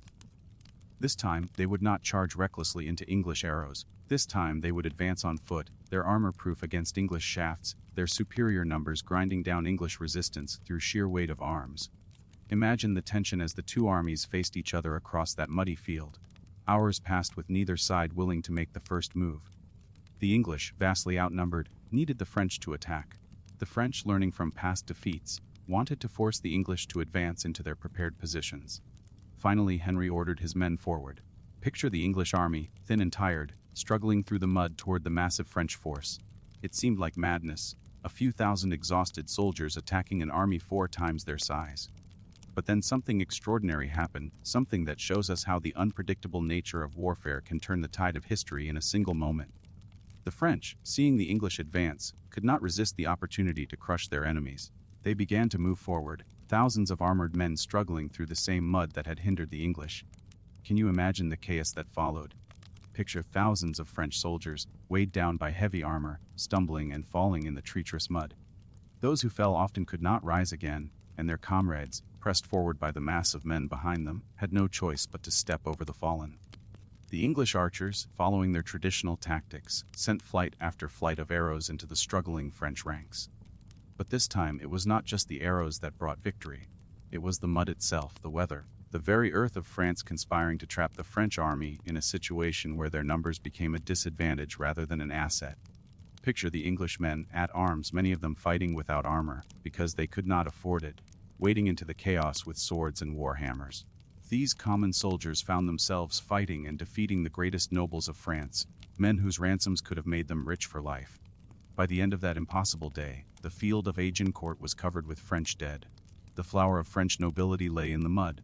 Dukes and counts and knights whose families had served French kings for centuries. The English losses were so light that many could scarcely believe the reports. Do you think Henry himself could have imagined such a complete victory when he woke that morning? Can you picture his amazement as he surveyed a battlefield that had transformed him from a desperate king fleeing for safety into the greatest military hero of his age? Cowrie, the unraveling of France. In the years following Agincourt, picture France descending into a nightmare that made the earlier stages of the war seem like a gentle dream. The defeat had been so complete, so devastating, that it shattered the confidence of a nation that had been slowly rebuilding itself. Imagine the court of the mad King Charles VI, where different factions fought for control of a kingdom that seemed to be dissolving before their eyes. The Burgundians, led by Duke John the Fearless, allied themselves with the English, seeing an opportunity to advance their own power. The Armagnacs, loyal to the Dauphin, the future Charles VIII, struggled to maintain French independence. Can you picture the confusion of common people caught between these competing loyalties? In some villages, English soldiers were welcomed as liberators from French taxation and warfare. In others, they were resisted as foreign invaders. The very idea of France seemed to be fragmenting into 1,000 pieces. Henry V, emboldened by his victory, pressed his advantage with the methodical precision of a master craftsman. Picture him leading siege after siege, capturing one French stronghold after another. Unlike earlier English campaigns that had relied on dramatic raids and quick victories, Henry conducted a war of conquest, building a permanent English presence in northern France. Imagine the Siege of Rouen in 1418-1419, where Henry demonstrated both his military skill and his ruthless determination. The city held out for months, its people slowly starving while Henry waited with the patience of a spider. When Rouen finally surrendered, Henry had proven that English power in France was no longer just a matter of winning battles. It was about governing conquered territory. The Treaty of Troyes in 1420 seemed to fulfill Edward Reither's wildest dreams from 80 years earlier. Picture the ceremony where Henry V was recognized as heir to the French throne, where he married Catherine, daughter of the mad French king. For a moment, it seemed that England and France might be united under a single crown, that the Great War might end not in conquest but in marriage. Can you imagine the hope that some people must have felt? After decades of warfare, perhaps there could finally be peace under a king who ruled both realms. But fate, as you might guess, had other plans. Like the death of dreams, let your mind dwell on the tragedy that followed. In 1422, within months of each other, both Henry V and Charles V died, leaving the inheritance of 2 kingdoms to Henry's infant son. Picture that child, Henry V, not yet a year old, crowned King of England and France, his tiny hands unable to hold the scepters that symbolized his vast but fragile inheritance. Imagine the English court, suddenly faced with the challenge of ruling France through a regency, while their king was still learning to walk. The great nobles who had followed Henry V into battle now found themselves governing vast territories with an authority that rested solely on military force and the memory of past victories. In France, meanwhile, the Dauphin, now calling himself Charles V, established his court south of the Loire River. Picture this would-be king, forced to rule from the shadows while enemies occupied his capital and questioned his very legitimacy. Some whispered that he was not even his father's true son, that he had no right to call himself King of France. Can you imagine the despair that must have settled over France during these years? The country was divided not just between English and French, but between different factions of French nobles who seemed more interested in fighting each other than in driving out the foreign invaders. Picture the countryside ravaged by years of warfare and now prey to bands of soldiers who served whatever master paid them best. Villages lay abandoned, their fields returning to wilderness. Wolves, they say, roamed closer to Paris than they had in living memory, as if the wild was reclaiming a land that civilization had abandoned. Yet even in this darkest hour, when France seemed to be breathing her last, history was preparing one of its most extraordinary surprises. A peasant girl from a remote village who would change the course of the war through nothing more than unshakable faith and indomitable courage. The Maid of Orleans. Now close your eyes and let your imagination carry you to the village of Domremy, in the borderlands between France and the Holy Roman Empire. Picture a simple peasant cottage where a young girl named Joan of Arc, tends to her family's sheep and helps with the daily work that fills the lives of common people. Imagine Joan in 1428, just 16 years old, listening to the church bells that ring across the countryside. But Joan hears something more than bells. She hears voices, she claims, the voices of saints telling her that God has chosen her for a great mission. She must save France, they tell her. She must see the Dauphin crowned as the rightful king of France. Can you picture the reaction when this peasant girl announced her divine mission? Her parents thought she had lost her mind. The local lord she petitioned dismissed her as a deluded child. But Joan possessed something that all the nobles and generals of France seemed to have lost: absolute, unshakable confidence in her cause. Picture Joan's journey to the court of Charles II in 1429. A peasant girl traveling through war-torn France, somehow convincing hard-bitten soldiers and cynical courtiers that God had indeed chosen her to save the kingdom. When she finally stood before the Dauphin disguised among his courtiers to test her claimed supernatural powers, she picked him out immediately and spoke to him of things, they said, that only God could have revealed to her. Can you imagine the desperate hope that Joan's arrival kindled in French hearts? Here was someone who spoke not of careful strategy or political compromise, but of divine mission and absolute victory. After years of defeat and retreat, she offered something that had been missing from French councils: faith. The Siege of Orleans was where Joan would prove herself. Picture the city in early 1429, surrounded by English fortifications. slowly starving as its people wondered if rescue would ever come. The English had been besieging Orléans for months, and its fall would open the heart of France to conquest. Imagine Joan's arrival at Orléans, a peasant girl in armor riding at the head of a relief army. The people, desperate for any sign of hope, saw in her something miraculous, a messenger from God who would deliver them from their enemies. Her very presence transformed the siege from a military operation into a religious crusade. Picture the assault on the English fortifications, Joan herself leading the charge with a banner bearing the names of Jesus and Mary. Whether through divine intervention or simply through the power of renewed French morale, the English lines crumbled. The siege was broken, and Joan had won her first great victory. Do you think you would have believed in Joan's mission if you had been there? Can you imagine the electric effect of her presence on soldiers who had known nothing but defeat for a generation? Huafi, the turning of the tide, followed in the liberation of Orléans. Picture Joan's campaign to clear the English from the Loire Valley.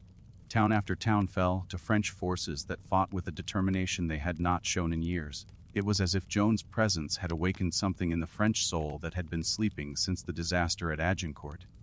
Imagine the English commanders suddenly faced with an enemy that no longer feared them. For decades, English armies had moved through France confident in their superiority, secure in their belief that they were destined to rule. Now they faced soldiers who believed that God himself fought on their side. Picture the scene at Reims Cathedral in July 1429, where Joan achieved her greatest goal, seeing Charles IX crowned as King of France in the traditional ceremony that made his legitimacy undeniable.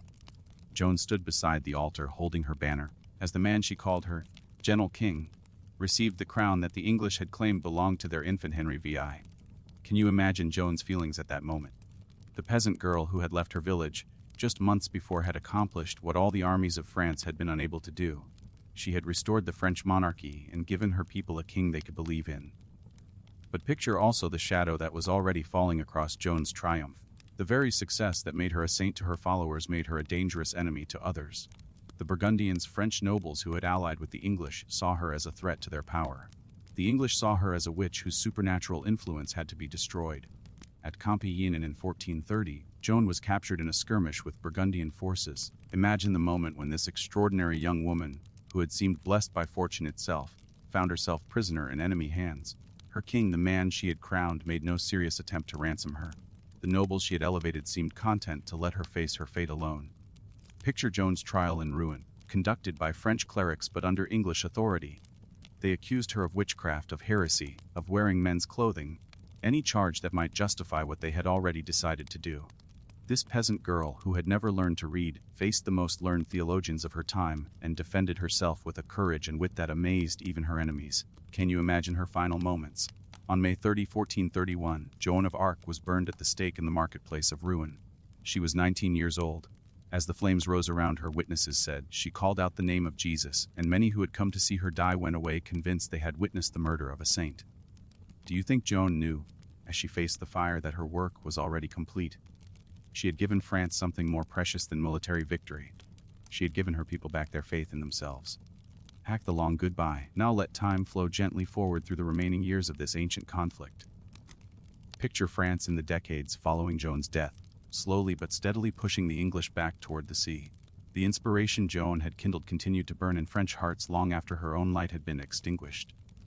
Charles the king Joan had crowned, proved to be more capable than anyone had expected. Imagine him transforming from the uncertain dauphin who had hidden south of the Loire into a monarch who understood that wars were won not just by brave charges, but by patient administration, by tax collection, by the gradual building of royal power.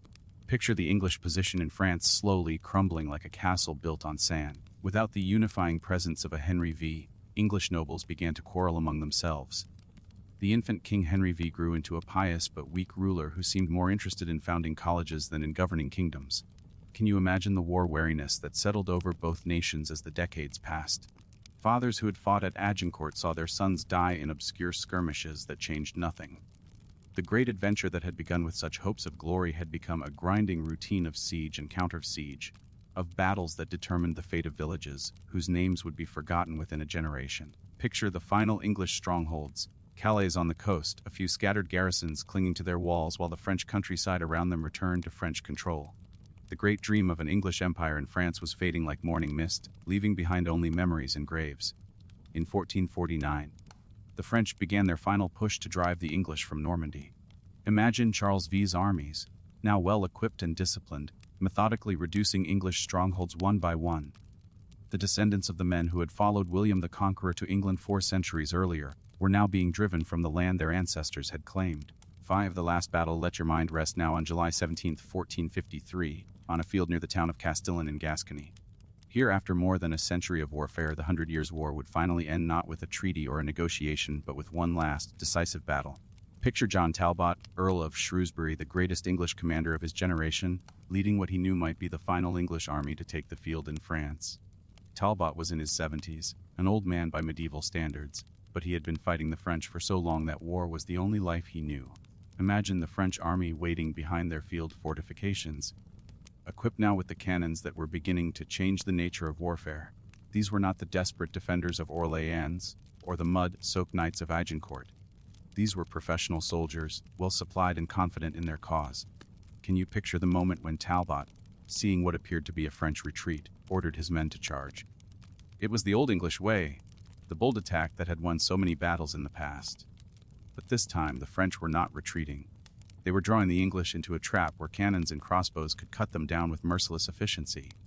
Picture the end of this ancient conflict, not with the glory and drama that poets would sing, but with an old warrior dying in the mud, his dreams of conquest buried with him.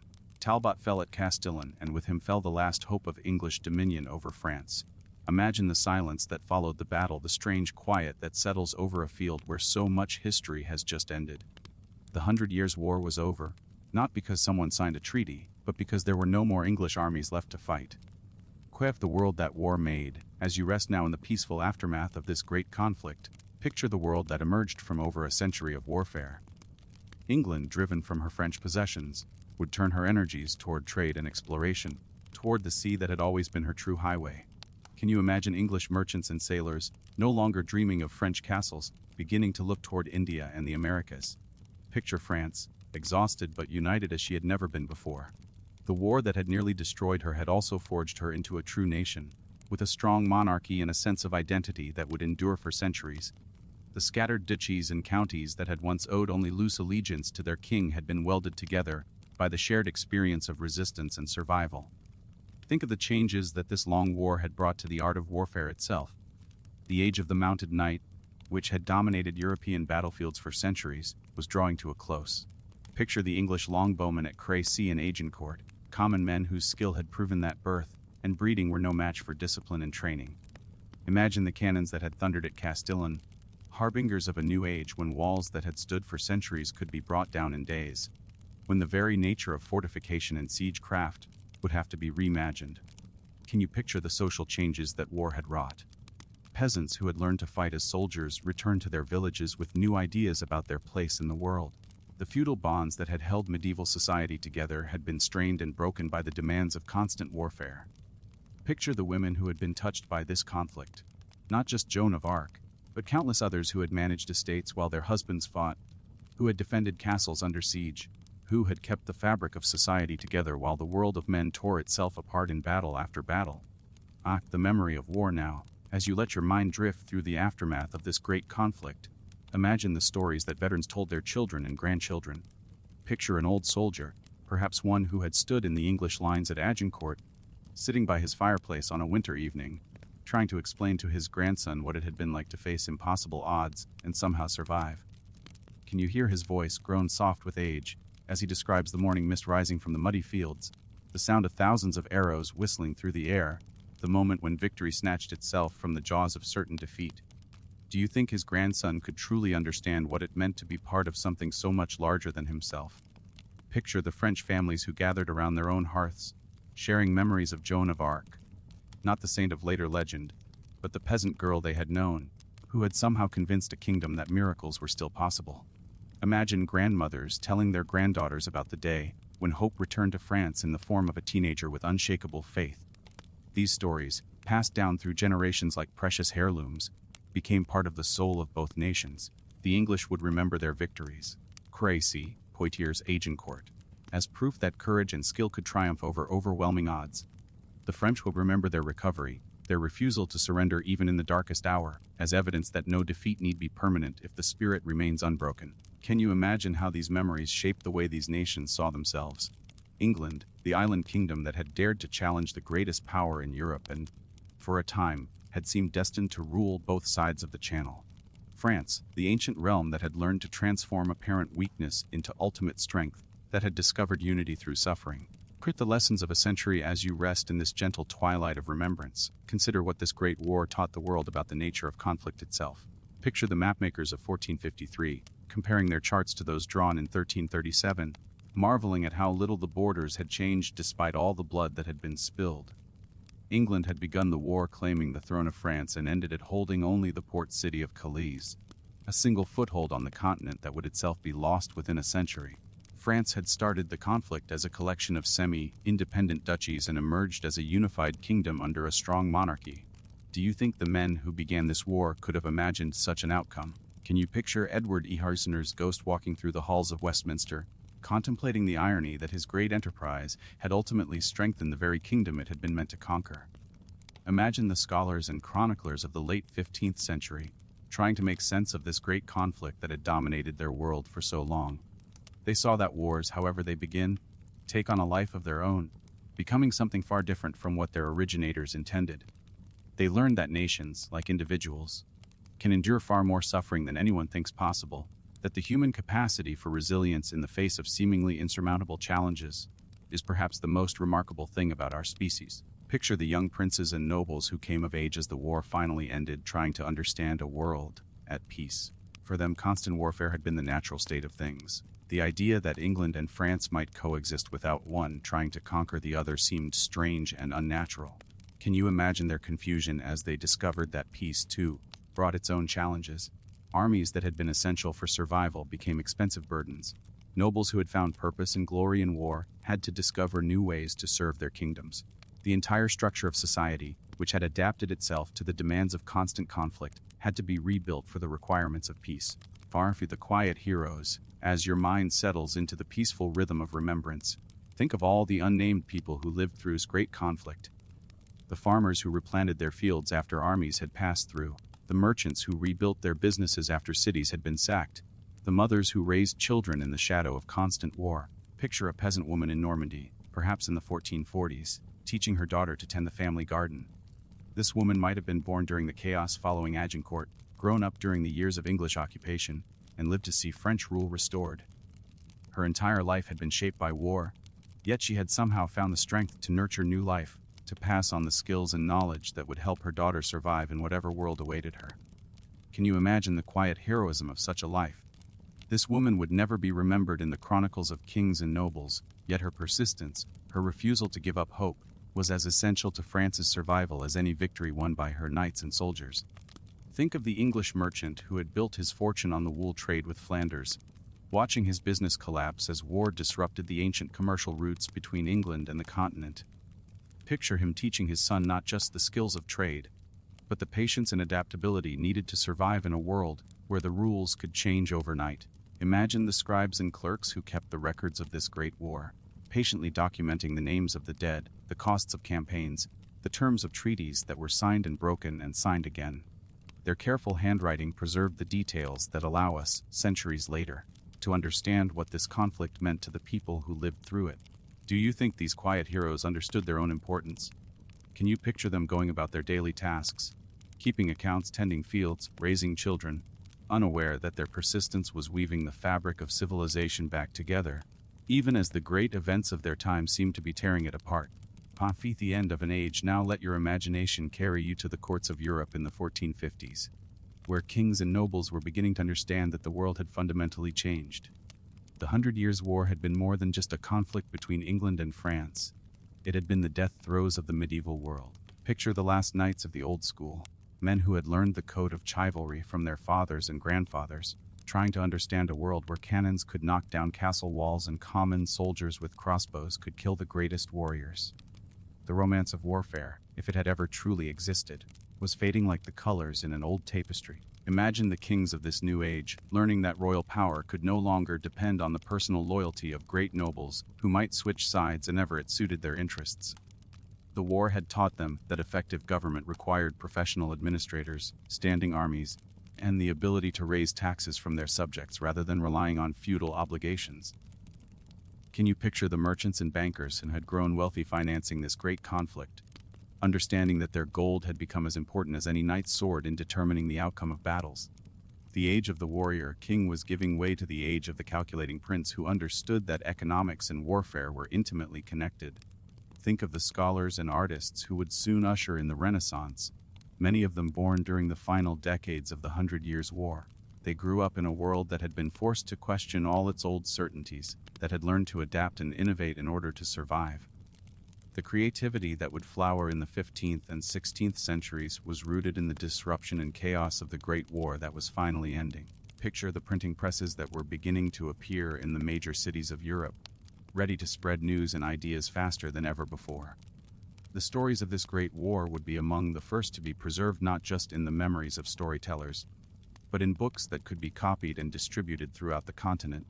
Why the aftermath of Castillon? Let time flow gently forward from that battlefield near Castillon, where old Talbot fell, and with him the last hopes of English conquest. Picture France in the months following that final victory, a kingdom slowly awakening from a nightmare that had lasted longer than most people could remember. Imagine Charles VII receiving the news of Talbot's defeat, not with wild celebration, but with the quiet relief of a man who has carried an impossible burden for so long that he has almost forgotten what it feels like to set it down.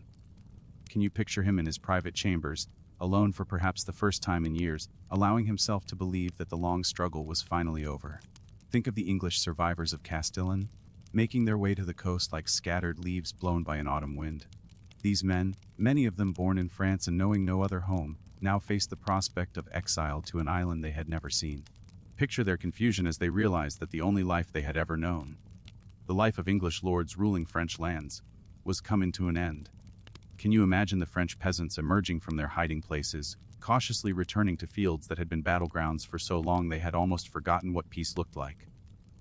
Picture an old farmer, bent with age and hardship, kneeling to touch soil that was finally truly French again, tears streaming down his weathered cheeks as he realizes his grandchildren might grow up without the sound of war drums echoing across the countryside.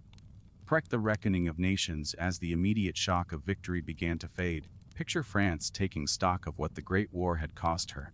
Entire regions lay depopulated, their villages abandoned to the wild.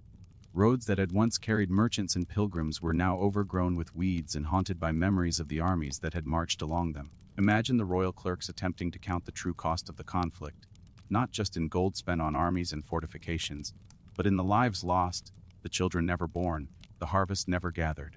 The numbers, when they were finally tallied, would have staggered those who commissioned the count. Picture the great libraries and monasteries, repositories of centuries of learning, many of them burned or abandoned during the chaos of war. Monks returning to their cloisters found manuscripts scattered to the wind, illuminated pages that had taken years to create now serving as kindling for soldiers' fires or fodder for horses. Can you see the cathedral builders returning to their work after decades of interruption? Notre Dame de Paris, Reims, Chartres. These great monuments to human faith and artistry had stood like islands of permanence in an ocean of chaos. But even they bore scars from the years of conflict. Think of the noble families on both sides of the channel, counting their losses not in acres of land or chests of gold, but in the sons who would never return home. Picture the great halls that had once echoed with the laughter of young knights now silent except for the whispers of servants and the prayers of widowed mothers. Do you think the survivors of this great conflict ever truly understood what they had been part of? Can you imagine veterans trying to explain to their children what it had been like to live through an event that had reshaped the very idea of what England and France meant? High from the maritime turn. Now let your mind cross the channel to England, where the loss of the French territories forced a fundamental reassessment of the kingdom's destiny.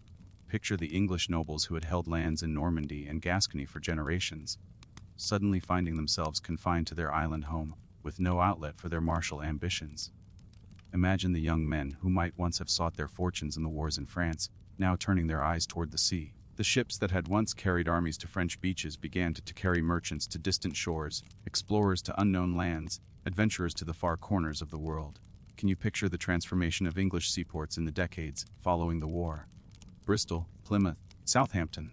These towns that had once been staging points for military expeditions now became the launching pads for commercial ventures that would eventually span the globe.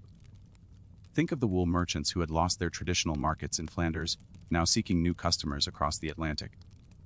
Picture the younger sons of noble families, who might once have made their careers as soldiers in France, now becoming sea captains and colonial administrators in lands whose names had not yet been spoken by European tongues. Do you think this turn toward the sea was a conscious choice, or simply the natural result of circumstances? Can you imagine England's maritime empire beginning not with grand plans of conquest, but with the simple need to find new purposes for a warrior class that had suddenly found itself without a war? Picture the first English ships to round the Cape of Good Hope, to reach the coast of India, to land on the shores of North America. In their holds, they carried not just trade goods, but the accumulated experience of centuries of warfare in Europe, the organizational skills, the tactical knowledge, the simple habit of command that had been forged in the crucible of the 100 Years' War. Why the forging of France meanwhile across the Channel? Imagine France using the hard-won lessons of the Great War to transform herself into something unprecedented in European history. A truly unified kingdom under a powerful monarchy that commanded the loyalty of all its subjects. Picture Charles II's successors, kings who understood that the feudal system that had nearly destroyed France during the war's darkest years could never be allowed to resurrect itself. They began the patient work of building a centralized state, creating royal officials who answered directly to the crown rather than to local nobles. Can you see the new royal army taking shape? Not the feudal levy that had been so unreliable during the war, but a professional force paid by the king and loyal to him alone. Picture the training grounds where former peasants learned the arts of war, where cannons were cast and tested, where the military revolution that had ended the war continued to evolve. Think of the royal court at Tours, then Amboise, finally settling at the great Châteaux of the Loire Valley. These were not the grim fortresses of the war years, but palaces designed to showcase the power and sophistication of the French monarchy. Picture the Italian artists and architects who came to France, bringing with them the ideas and techniques of the Renaissance. Imagine the French language itself beginning to evolve and spread, no longer just the dialect of de France, but becoming the tongue of administration, literature, and culture throughout the kingdom. The unity that had been forged in the fire of resistance to English invasion was now being expressed in 1,000 different ways. Can you picture the French countryside slowly healing from the wounds of war? New villages rising where old ones had been destroyed, forests replanted where armies had cut them down for siege engines, roads rebuilt to carry merchants rather than soldiers. Do you think the peasants who benefited from this renewal understood how their suffering during the war had contributed to France's ultimate strength? Picture them bringing their harvests to market in towns that bustled with peaceful commerce, perhaps not realizing that their prosperity was built on the foundation of their ancestors' endurance. Kite the cultural renaissance, as France emerged from the shadow of war. Imagine the explosion of cultural creativity that followed, as if the kingdom's spirit, long suppressed by the necessities of survival, was finally free to express itself in art, literature, and learning. Picture the court of Louis X, Charles II's son, where scholars and poets gathered to celebrate not just military victory but the triumph of French civilization itself. Can you see the manuscripts being copied and illuminated, preserving not just the wisdom of antiquity, but the fresh thoughts of a generation that had learned to question old assumptions? Think of the Châteaux being built along the Loire, architectural marvels that combined the defensive lessons learned during the war with the aesthetic principles of the Italian Renaissance. Picture Chambord, Chenonceau, Amboise, palaces that announced to the world that France was no longer a kingdom at war but a civilization at peace. Imagine the troubadours and chroniclers who began to shape the stories of the Great War into the legends that would inspire future generations. The raw history of siege and battle was being transformed into romance and epic, creating the mythical France that would capture imaginations for centuries to come. Can you picture Joan of Arc's transformation from the peasant girl who had died at ruin into the saint and symbol that she became in French memory? Her story, polished by countless retellings, became not just history but inspiration, proof that France could work miracles when necessity demanded them. Think of the universities of Paris and Orléans slowly rebuilding their libraries and recruiting new scholars from across Europe. Picture the debates that raged in their halls about theology, philosophy, and natural science, discussions that would have been impossible during the chaos of the war years. Do you think the scholars of this period understood that their intellectual freedom was purchased with the blood spilled at Crécy and Agincourt, at Orléans and Castillon? Can you imagine them pursuing their studies by candlelight, surrounded by books that had survived the flames of war, perhaps not fully grasping the fragility of the civilization they were helping to rebuild?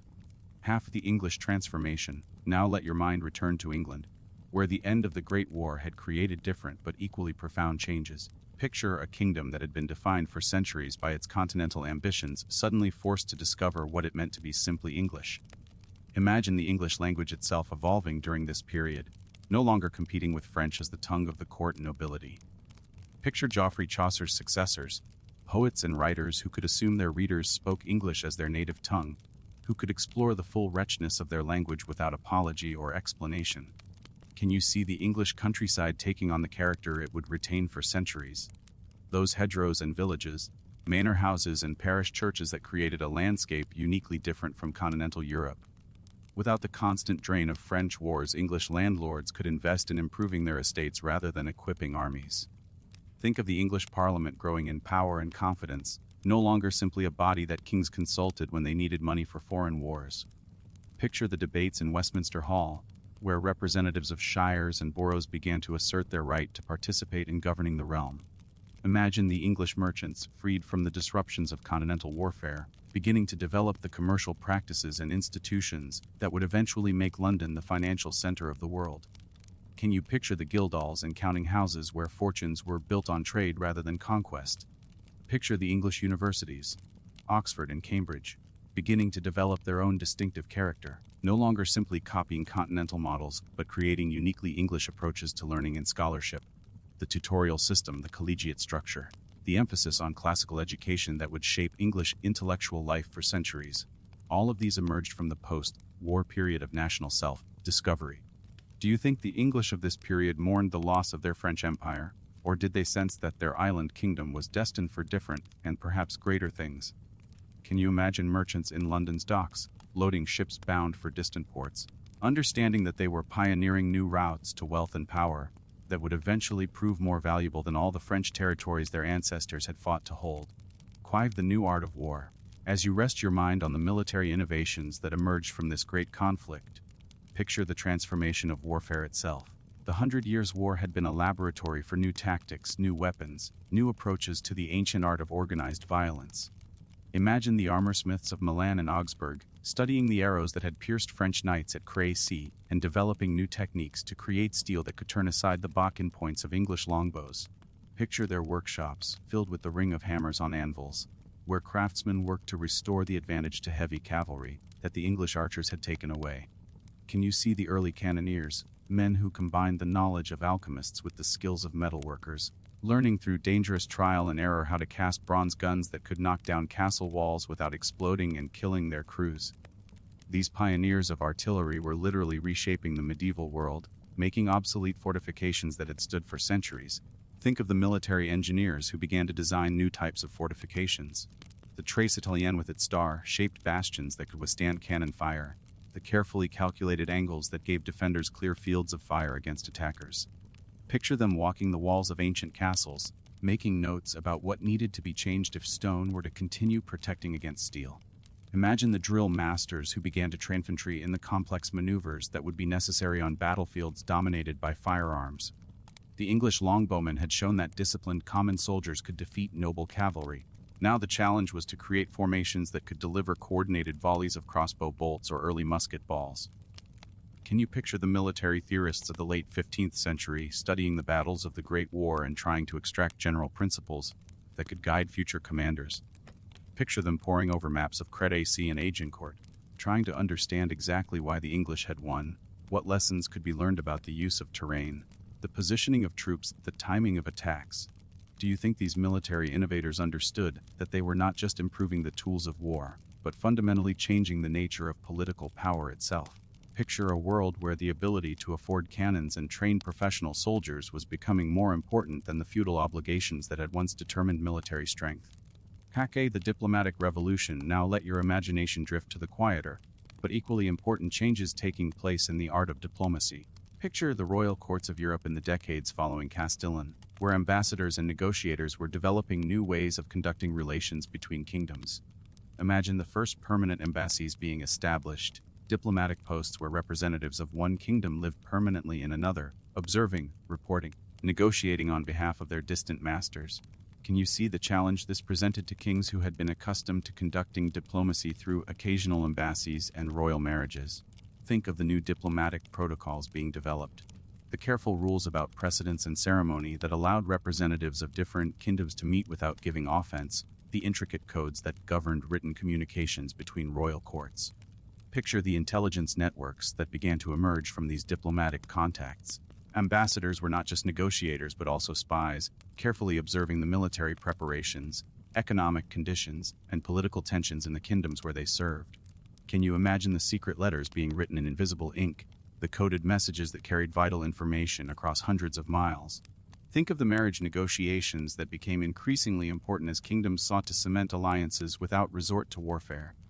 Picture the portraits being commissioned to show potential brides and grooms to their prospective partners, the careful investigations into dowries and inheritance rights that could determine the fate of nations. Can you see the emergence of international law, the slowly developing consensus about what constituted legitimate warfare, proper treatment of prisoners, acceptable behavior during sieges?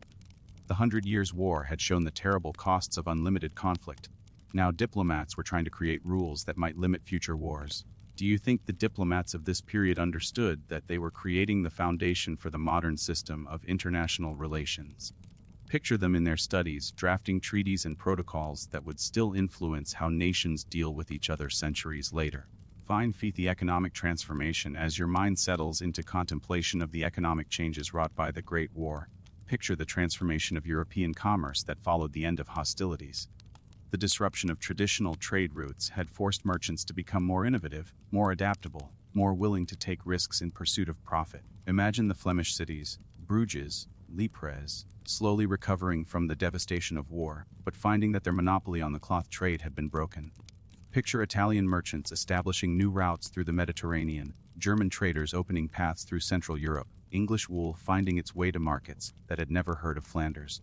Can you see the new financial instruments being developed to support this expanded trade? Letters of credit that allowed merchants to do business across vast distances without carrying chests of gold, insurance policies that protected ships and cargoes against the hazards of long voyages, banking houses that could coordinate commercial activities across multiple kingdoms. Think of the technological innovations that were spreading through Europe, the improved ship designs that allowed for longer voyages, the navigational instruments that made ocean travel safer, the printing presses that could distribute commercial information faster than ever before. Picture the social changes that accompanied this commercial revolution. In the cities of Northern Europe, merchant families were rising to positions of wealth and influence that had once been reserved for the nobility.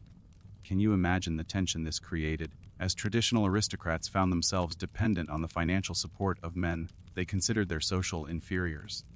Think of the craftsmen and artisans who were organizing themselves into new types of guilds, associations that protected their interests, while also sharing technical knowledge and maintaining standards of quality. Picture the workshops where new techniques were being developed, the apprenticeship systems that preserved and transmitted specialized skills. Can you see the agricultural improvements that were slowly transforming the European countryside? New crops being introduced, better plowing techniques being adopted, more efficient ways of organizing farm labor being developed. The devastation of war had forced innovation in agriculture just as it had in commerce and industry. Do you think the merchants and farmers of this period understood that they were laying the foundation for the economic dominance that Europe would exercise over the rest of the world in the centuries to come? Picture them going about their daily business, buying and selling, planting and harvesting, perhaps not realizing that their innovations were creating the wealth that would fund future explorations and conquests. Pack the seeds of future conflicts as you rest in this period of apparent peace following the Great War. Can you sense the seeds of future conflicts already beginning to germinate? Picture the map of Europe in the 1460s and 1470s, where new powers were rising and old balances were being disturbed. Imagine the Ottoman Empire pressing ever closer to the heart of Europe, its armies carrying the crescent banner toward Vienna and Budapest. The end of the 100 Years' War had freed French and English energies for other purposes, but it had also removed a major distraction from the Islamic threat that was advancing from the southeast. Can you see the Spanish kingdoms, Castile and Aragon, beginning their own expansion, their eyes turning toward the Mediterranean and eventually toward the vast unknown lands across the Atlantic? Picture Christopher Columbus in the 1480s, carrying his plans from court to court, seeking the financial backing that would eventually come from Isabella of Castile.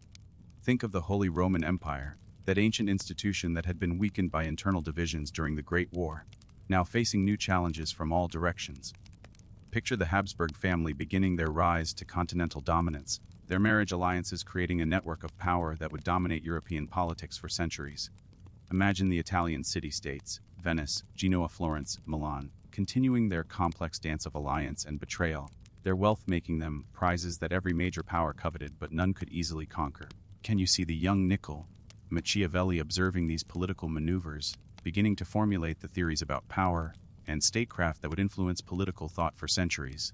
Picture the nascent Russian state under Ivan III, beginning to shake off the Mongol yoke and assert its claim to be the heir of the Byzantine Empire. The Great War in the West had distracted European attention from developments in the East, but now a new power was emerging that would eventually challenge the established order. Can you see the seeds of the Protestant Reformation already being planted in the universities and monasteries of Northern Europe? The disruption of traditional authority during the 100 Years' War had created space for new ideas about religious authority and individual conscience. Do you think the statesmen of the late 15th century understood that they were not entering an age of peace, but simply a period when the focus of conflict would shift to new theaters and new issues? Picture them studying their maps and planning their strategies, perhaps not realizing that they were preparing for struggles that were even more transformative than the Great War that had just ended. The legacy in stone and story. Now let your mind wander through the physical monuments that the 100 Years' War left behind. The castles and churches, the battlefields and burial grounds that still speak to us across the centuries of the great drama that unfolded there.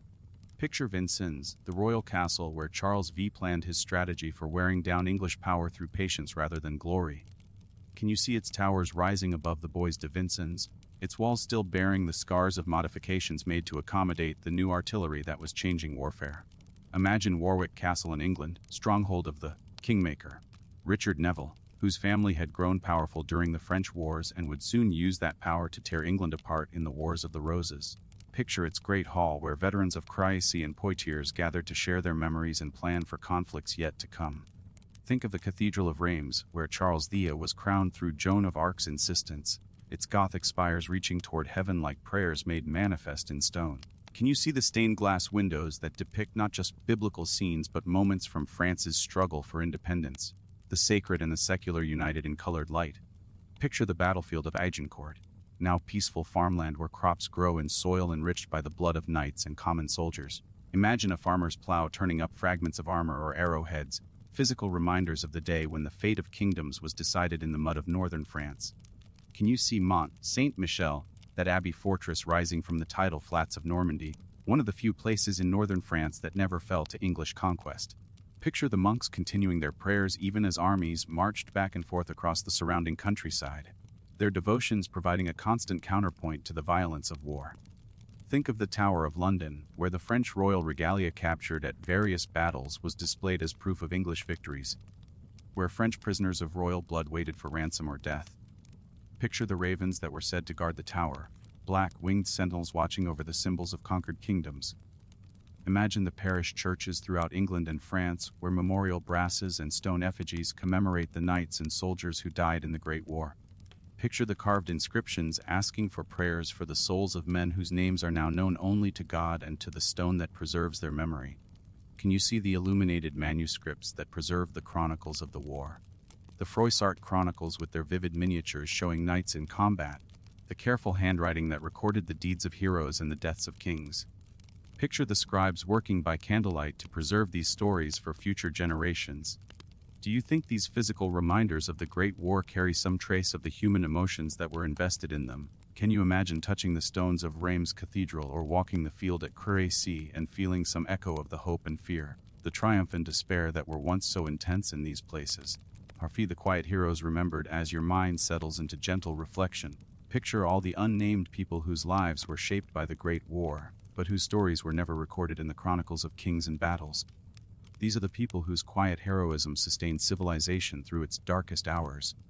Imagine the village priest who continued to say Mass even when armies were camped outside his church, who buried the dead and comforted the living, who kept alive the hope that God had not abandoned his people despite all appearances to the contrary.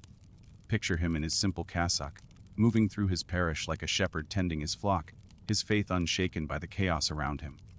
Think of the merchant's wife who kept her husband's business running while he was away on trading ventures made dangerous by war, who raised their children to be honest and hardworking despite living in a world where violence often seemed more profitable than virtue. Can you see her at her counting table, carefully recording transactions, building the foundation of commercial trust that would outlast any military conquest? Picture the master craftsman who continued to teach his apprentices the secrets of his trade, even when there seemed to be no market for his goods, who preserved skills and knowledge that would be needed when peace finally returned. Imagine him in his workshop, surrounded by the tools of his craft, passing on to the next generation the accumulated wisdom of centuries. Think of the midwife who brought new life into the world, even as war brought death, who helped mothers deliver children who would grow up to rebuild what their parents' generation had torn down. Can you see her gentle hands worn by years of service, helping to welcome new souls into a world that desperately needed hope?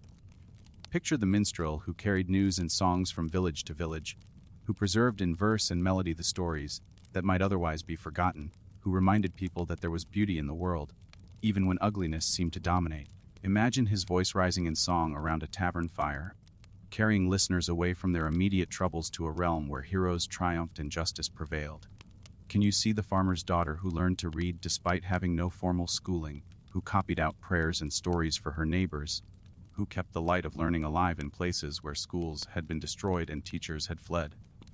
Picture her by candlelight, carefully forming letters on precious parchment, preserving knowledge for those who would come after. Think of the old soldier who had lost a leg at Poitiers, but who spent his remaining years teaching village boys how to defend their homes, who passed on the hard-won lessons of survival to a generation that would need them. Imagine him demonstrating sword techniques with a wooden blade, his movements still graceful despite his disability. Do you think these quiet heroes understood their own importance?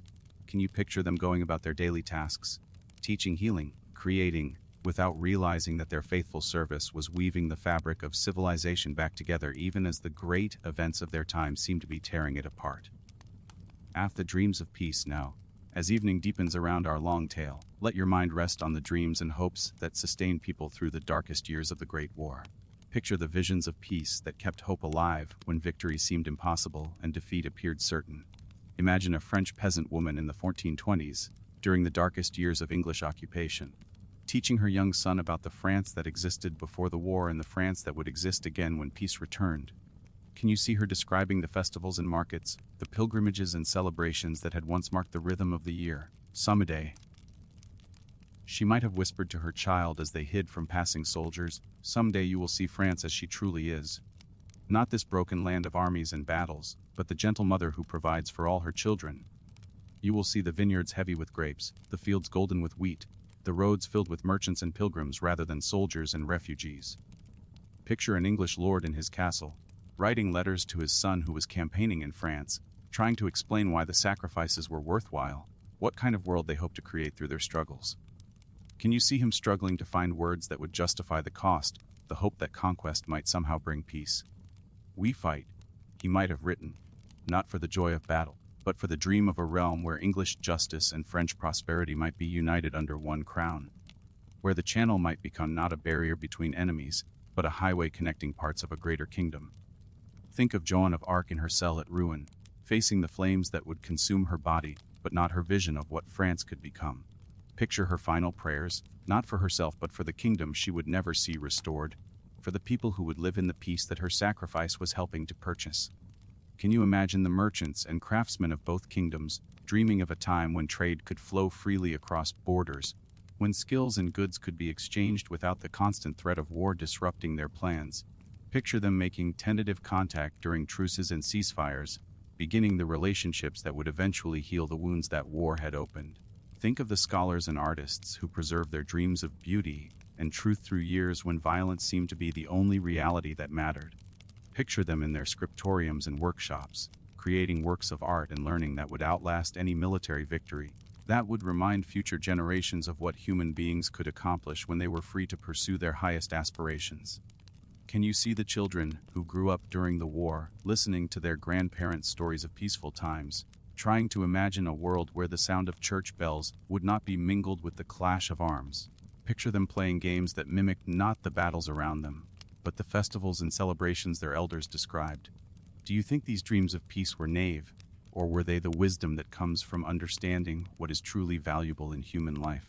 Can you imagine how the vision of a better world sustained people through trials that might otherwise have broken their spirits? Hafai Fief, the turning of seasons, let your mind drift now through the natural rhythms that continued unchanged throughout the Great War. The turning of seasons that reminded people that there were forces in the world larger and more enduring than any human conflict.